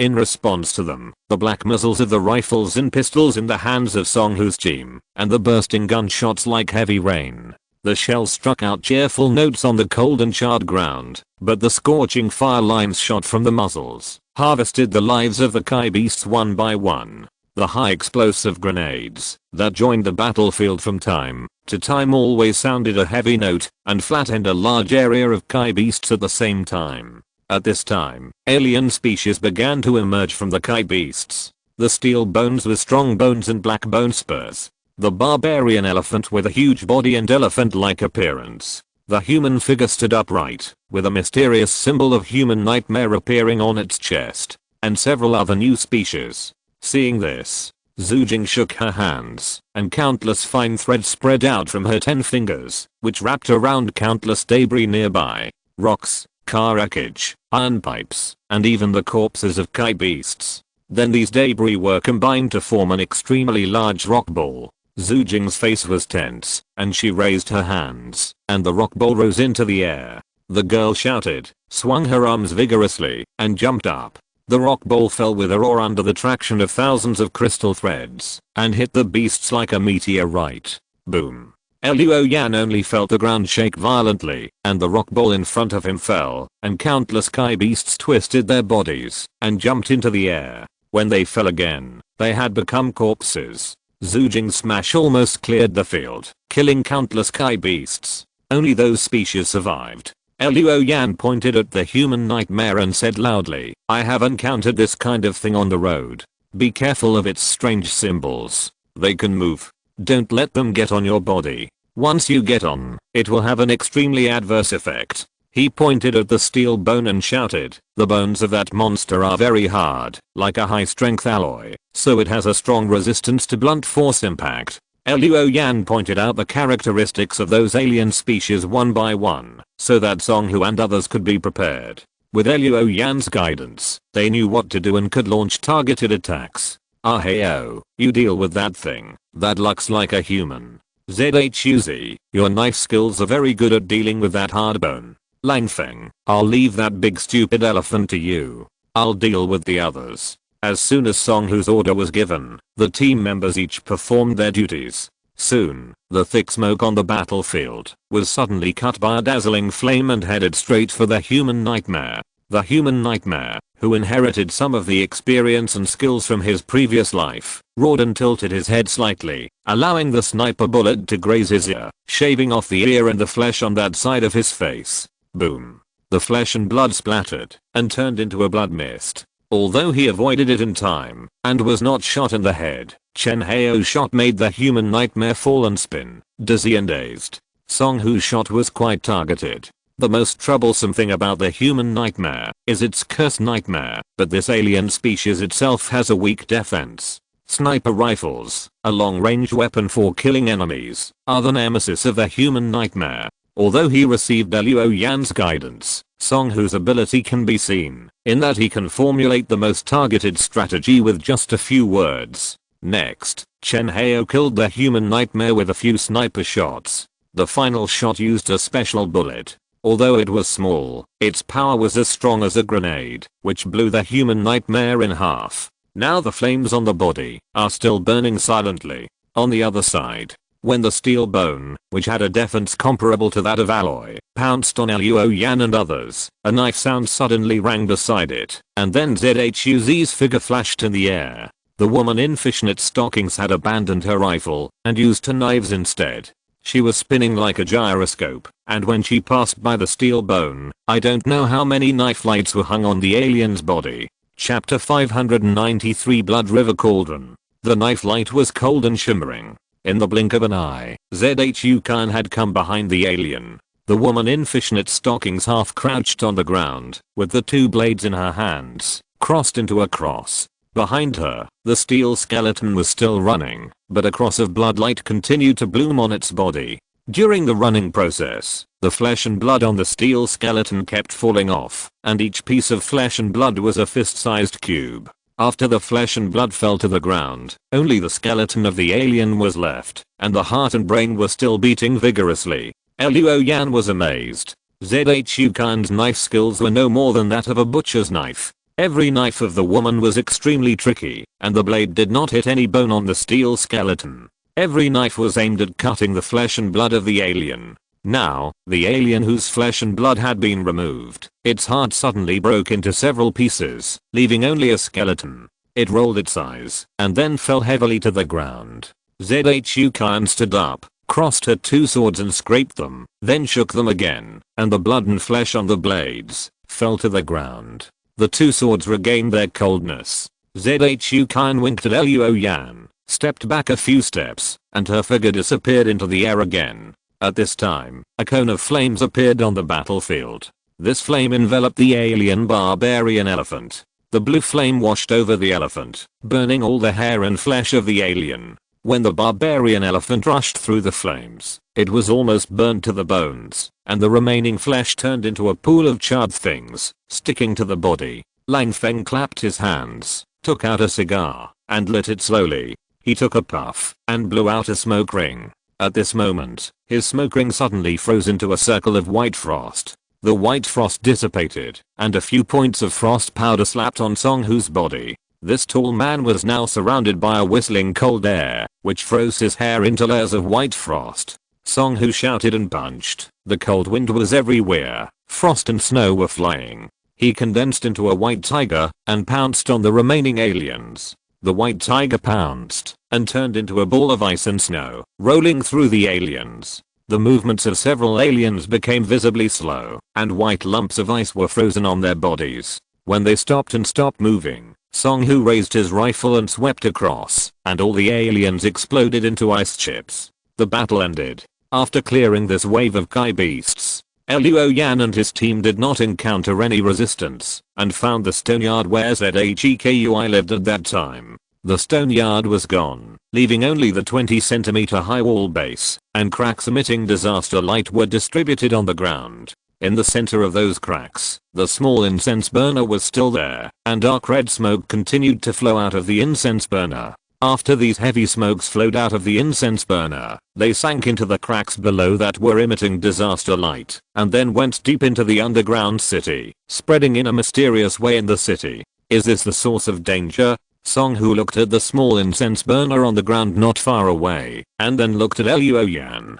In the Wu-Wang burning eyes, Luo Yan saw exactly that the black secret symbols that gathered and fell from the sky were finally gathered into this small incense burner. In other words, these black mysterious symbols were emitted from this incense burner. Hearing Song-Hu's words, Luo Yan nodded. Lang Feng flicked out a wisp of blue flame from his fingers and said, "Then let me burn it." Wait. Luo Yan stopped him and said, "Let me observe it for a while first." He looked at the incense burner. Although staring at the incense burner was not like looking at Zhekui, Luo Yan felt that he dared not look directly at it. But the incense burner still made him feel heavy. Under his gaze, a ball of black surged in the small incense burner, shaped like a small tripod. The dark mass that was like a small tripod, constantly wriggling and stirring, seemed like a small black hole, making it difficult for Luo Yan to divert his gaze. After staring for a few seconds, Luo Yan saw a small figure crying, cursing, and wailing in the dark mass. He suddenly realized that this small black tripod was the crystallization formed by the gathering of a large amount of blood energy in the city. At this time, lines of information jumped up on the incense burner. Blood river tripod, filthy thing. It is the basis for the existence of the curse spell, blood disaster prison, which gathers a large amount of blood energy and also gathers the resentment and sadness of countless dead people. At the same time, it can provide energy for Zhekui, especially the blood energy from the cultivators. After reading this information, Luo Yan's eyes were burning and stinging, and he quickly closed the Wu-Wang burning eyes. Seeing that he was covering his eyes, Song-Hu quickly asked, "Student Luo, are you okay?" Luo Yan shook his head, although his gaze this time was not as strenuous as observing Zhekui. But it was not so easy. Obviously, this blood river cauldron was not simple either. He even suspected that he had not interpreted all the information. That thing is called blood river cauldron. It gathers a lot of blood and gathers the resentment and sorrow of countless dead people. It can provide energy for the giant beast in the city. At the same time, it is also the basis for the existence of the spell that blocks the cultivators in the city from entering and leaving. In theory, destroying it should be able to deal a blow to the giant beast and also lift the blocking spell. However, the information I can interpret is limited. I suspect that if we attack that thing rashly, there will be accidents. After saying that, Luo Yan took his hand away and his eyes felt slightly moist. He raised his hand and wiped it, and there was a touch of scarlet on the back of his hand. Song-Hu couldn't help but hesitate when he heard this. This was a rare thing for him. But now, Luo Yan led them to find the Blood River Cauldron, and just now he pointed out the characteristics of those alien species, allowing them to avoid the important and quickly resolve the battle. Therefore, Song-Hu trusted Luo Yan's eyes very much. Now Luo Yan said that the Blood River Cauldron should not be attacked rashly, and he believed it. But if we don't attack it, how can we destroy it? At this time, Chen Hao's voice rang in his headset. "Captain, how about I try? I'm far away. If I shoot it, even if it explodes, it won't hit me." "Of course you have to stay away." They all wore in-ear communicators, so Chen Hao heard what Luo Yan said.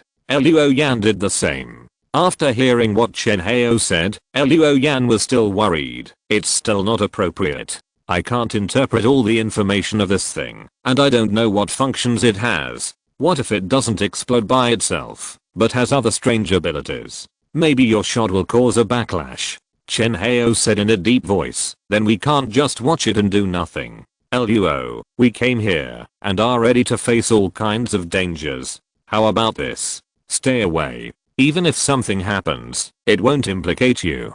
Luo Yan raised his eyebrows and a look of displeasure flashed in his eyes. Chapter 594 Weird Silk. Luo Yan was naturally unhappy. He was so cautious. Why? It was for the safety of these people. But when Chen Hao said it, it sounded like he was afraid of death. Is Luo Yan afraid of death? Of course he is afraid of death. Who doesn't cherish his life? Doesn't he know that the old city is dangerous? He knows. Why did he go to the mountain of tigers when he knew there were tigers? Of course he wanted to contribute. You know, with Jiuying Yunrang's approval, he could just point in a direction and wait in the armored vehicle, but he still came. Now Chen Hao said this, and he was naturally unhappy. Song Hu observed his expression and said, Hao, don't talk nonsense. If classmate Luo was afraid of death, he wouldn't have come with us. He did this for our own good. There was silence in the headset, and then Chen Hao said, sorry, my tone was not good just now. Classmate Luo, don't take it to heart. Seeing that he was so straightforward, Luo Yan shook his head and said that he didn't mind. The matter was over. Song Hu continued, well, since Luo Yan thinks it's inappropriate to attack rashly, let Jiuying take it away. Then try to seal it up, isolate it from the inside and outside, and see if this can be resolved. Luo Yan had no objection. It was better to move the incense burner that contained the blood river cauldron than to attack it rashly. But he still emphasized, I will observe the changes in the incense burner. If there is any abnormality, we need to cut off the connection with the incense burner immediately. This was said to Jiuying. Jiuying was a little surprised. After hearing what Luo Yan said, it seemed that he already knew the secret of his divine possession. He nodded immediately. Then, Song Hu asked everyone to step back and keep a distance of 500 or 600 meters. The farthest controlled distance of Jiuying's hairspring is 700 meters. Now 500 or 600 meters is not a difficult task for her. With such a long distance, if there is any abnormality, there will be time to react. After being prepared, Jiuying shook out thousands of hairsprings, which quickly spread to the incense burner on the ground. All of a sudden, Jiuying's silk thread wrapped around the incense burner, and the girl was about to move the incense burner away. At this moment, Luo Yan saw that the dark red and almost black blood river cauldron in the incense burner trembled and then spread out strands of blood. It was stained with Jiuying's gossamer and then quickly flowed back along these silk threads, extending rapidly towards Jiuying. Luo Yan immediately shouted, disconnect. Jiuying also felt something abnormal and immediately cut off the connection with those gossamer threads. Thousands of gossamer threads broke from Jiuying's fingertips and immediately floated to the ground. In a flash, these gossamer threads were all stained with blood and turned dark red, but they were still invisible to the naked eye. Only Luo Yan's Wuwang burning eyes could see it clearly. He saw Jiuying cut off the connection with those gossamer threads, and just as he breathed a sigh of relief, he saw those blood-stained silk threads suddenly rise up and spread all over the sky, like flowers scattered by a fairy, whistling towards himself, Song Hu and others. Be careful. Luo Yan shouted, Jiuying's threads are controlled, don't let them touch you. As he spoke, Luo Yan's long sword flew into the air, and several hot red threads broke through the air, cutting off and splitting the bloody threads that were coming towards him. It seems that those things are not difficult to deal with. Luo Yan's heart was slightly relieved, and at this moment, he felt a slight tightening at his ankle. He looked down, and his scalp suddenly went numb. It turned out that a bunch of strange threads stretched out from the ground and wrapped around his feet. At this moment, the halo on his body suddenly shrank, then expanded and exploded. In the rising red light, a phantom like an armored god quickly rose. This phantom wore a glazed purple gold unicorn crown on his head and wore a cloud pattern green embroidered gold armor on his body. A golden horned green dragon swam around him like a streamer. A circle of red gold halo emanated from his whole body, illuminating the surroundings. Even though the figure's face was blurred, it still gave people a sense of invisible majesty. Yuanshan. As soon as the Yuanshan phantom appeared, the strange silk that bound Luo Yan began to burn and broke. At the same time, dragon scales appeared on Luo Yan's body and covered his entire body in an instant. Suddenly, the whites of Luo Yan's eyes turned black, and his red eyes glowed with blood. A small curved horn with a strong aura of death appeared on his forehead, and short black bone spurs appeared on his shoulders and fists. Transformation into a dragon posture. Under the stimulation of those strange silks, Luo Yan's two trump cards activated at the same time. After the Yuanshan phantom was activated, it protected its master. After the transformation into a dragon posture was activated, it emitted amber light and condensed into a lizard dragon phantom, and then devoured those strange silks. It seemed that for the dragon blood essence, these things were more to its taste than the disaster light. Under the protection of the Yuanshan phantom and the devouring of the lizard dragon phantom, there was not a single strange silk around Luoyan. But Song Hu and others were not so relaxed. They could not see the strange threads, and those things would rise from the ground. In just a moment, Song Hu and others, including the invisible Zhu Qian, were captured by the strange threads. After these strange threads entangled them, they injected the blood energy in the blood river cauldron into Song Hu and others. When Luoyan wanted to cut off the strange threads on their bodies, Song Hu and others had already begun to transform into Kai beasts. Luoyan took a breath and shouted, "Chen Hao, run." On the sniper position 1 kilometer away, Chen Hao was about to ask what happened, but suddenly felt his whole body tighten. It turned out that many strange threads rose from the ground, entangled his body, and injected blood energy into his body. Suddenly, even this sniper began to transform into a Kai beast. Seeing that Chen Hao did not respond, Luoyan's heart sank. Looking at the incense burner in the distance, Luoyan's eyes flashed with anger. At this time, Song Hu and others had already transformed into Kai beasts, and they were a different species among Kai beasts, human nightmares. Neither Song Hu nor Jiuying could be seen in their original form. The human nightmares only retained 40% to 50% of their features. However, their clothes were still there, and through the clothes, the identities of these human nightmares could be identified. After the transformation, these human nightmares roared and exuded a foul breath. Their pupil-less white eyes were full of ferocity and brutality. After the human nightmares stopped roaring, they all looked at Luoyan, noticing that he was a person who was out of tune with the surrounding environment. At this moment, the green dragon on the Yuanshan phantom suddenly swam behind Luoyan's head.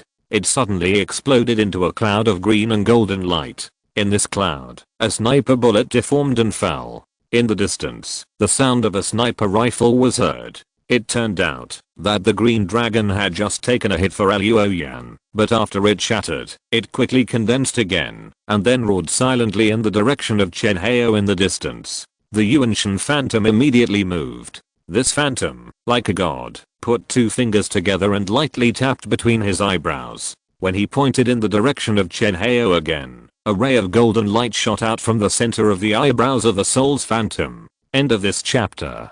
Thank you very much for reaching the end. Don't forget to like. Looking for more exclusive content and immediate access? Subscribe to our Patreon. Remember, every like, subscription, or donation encourages us to continue.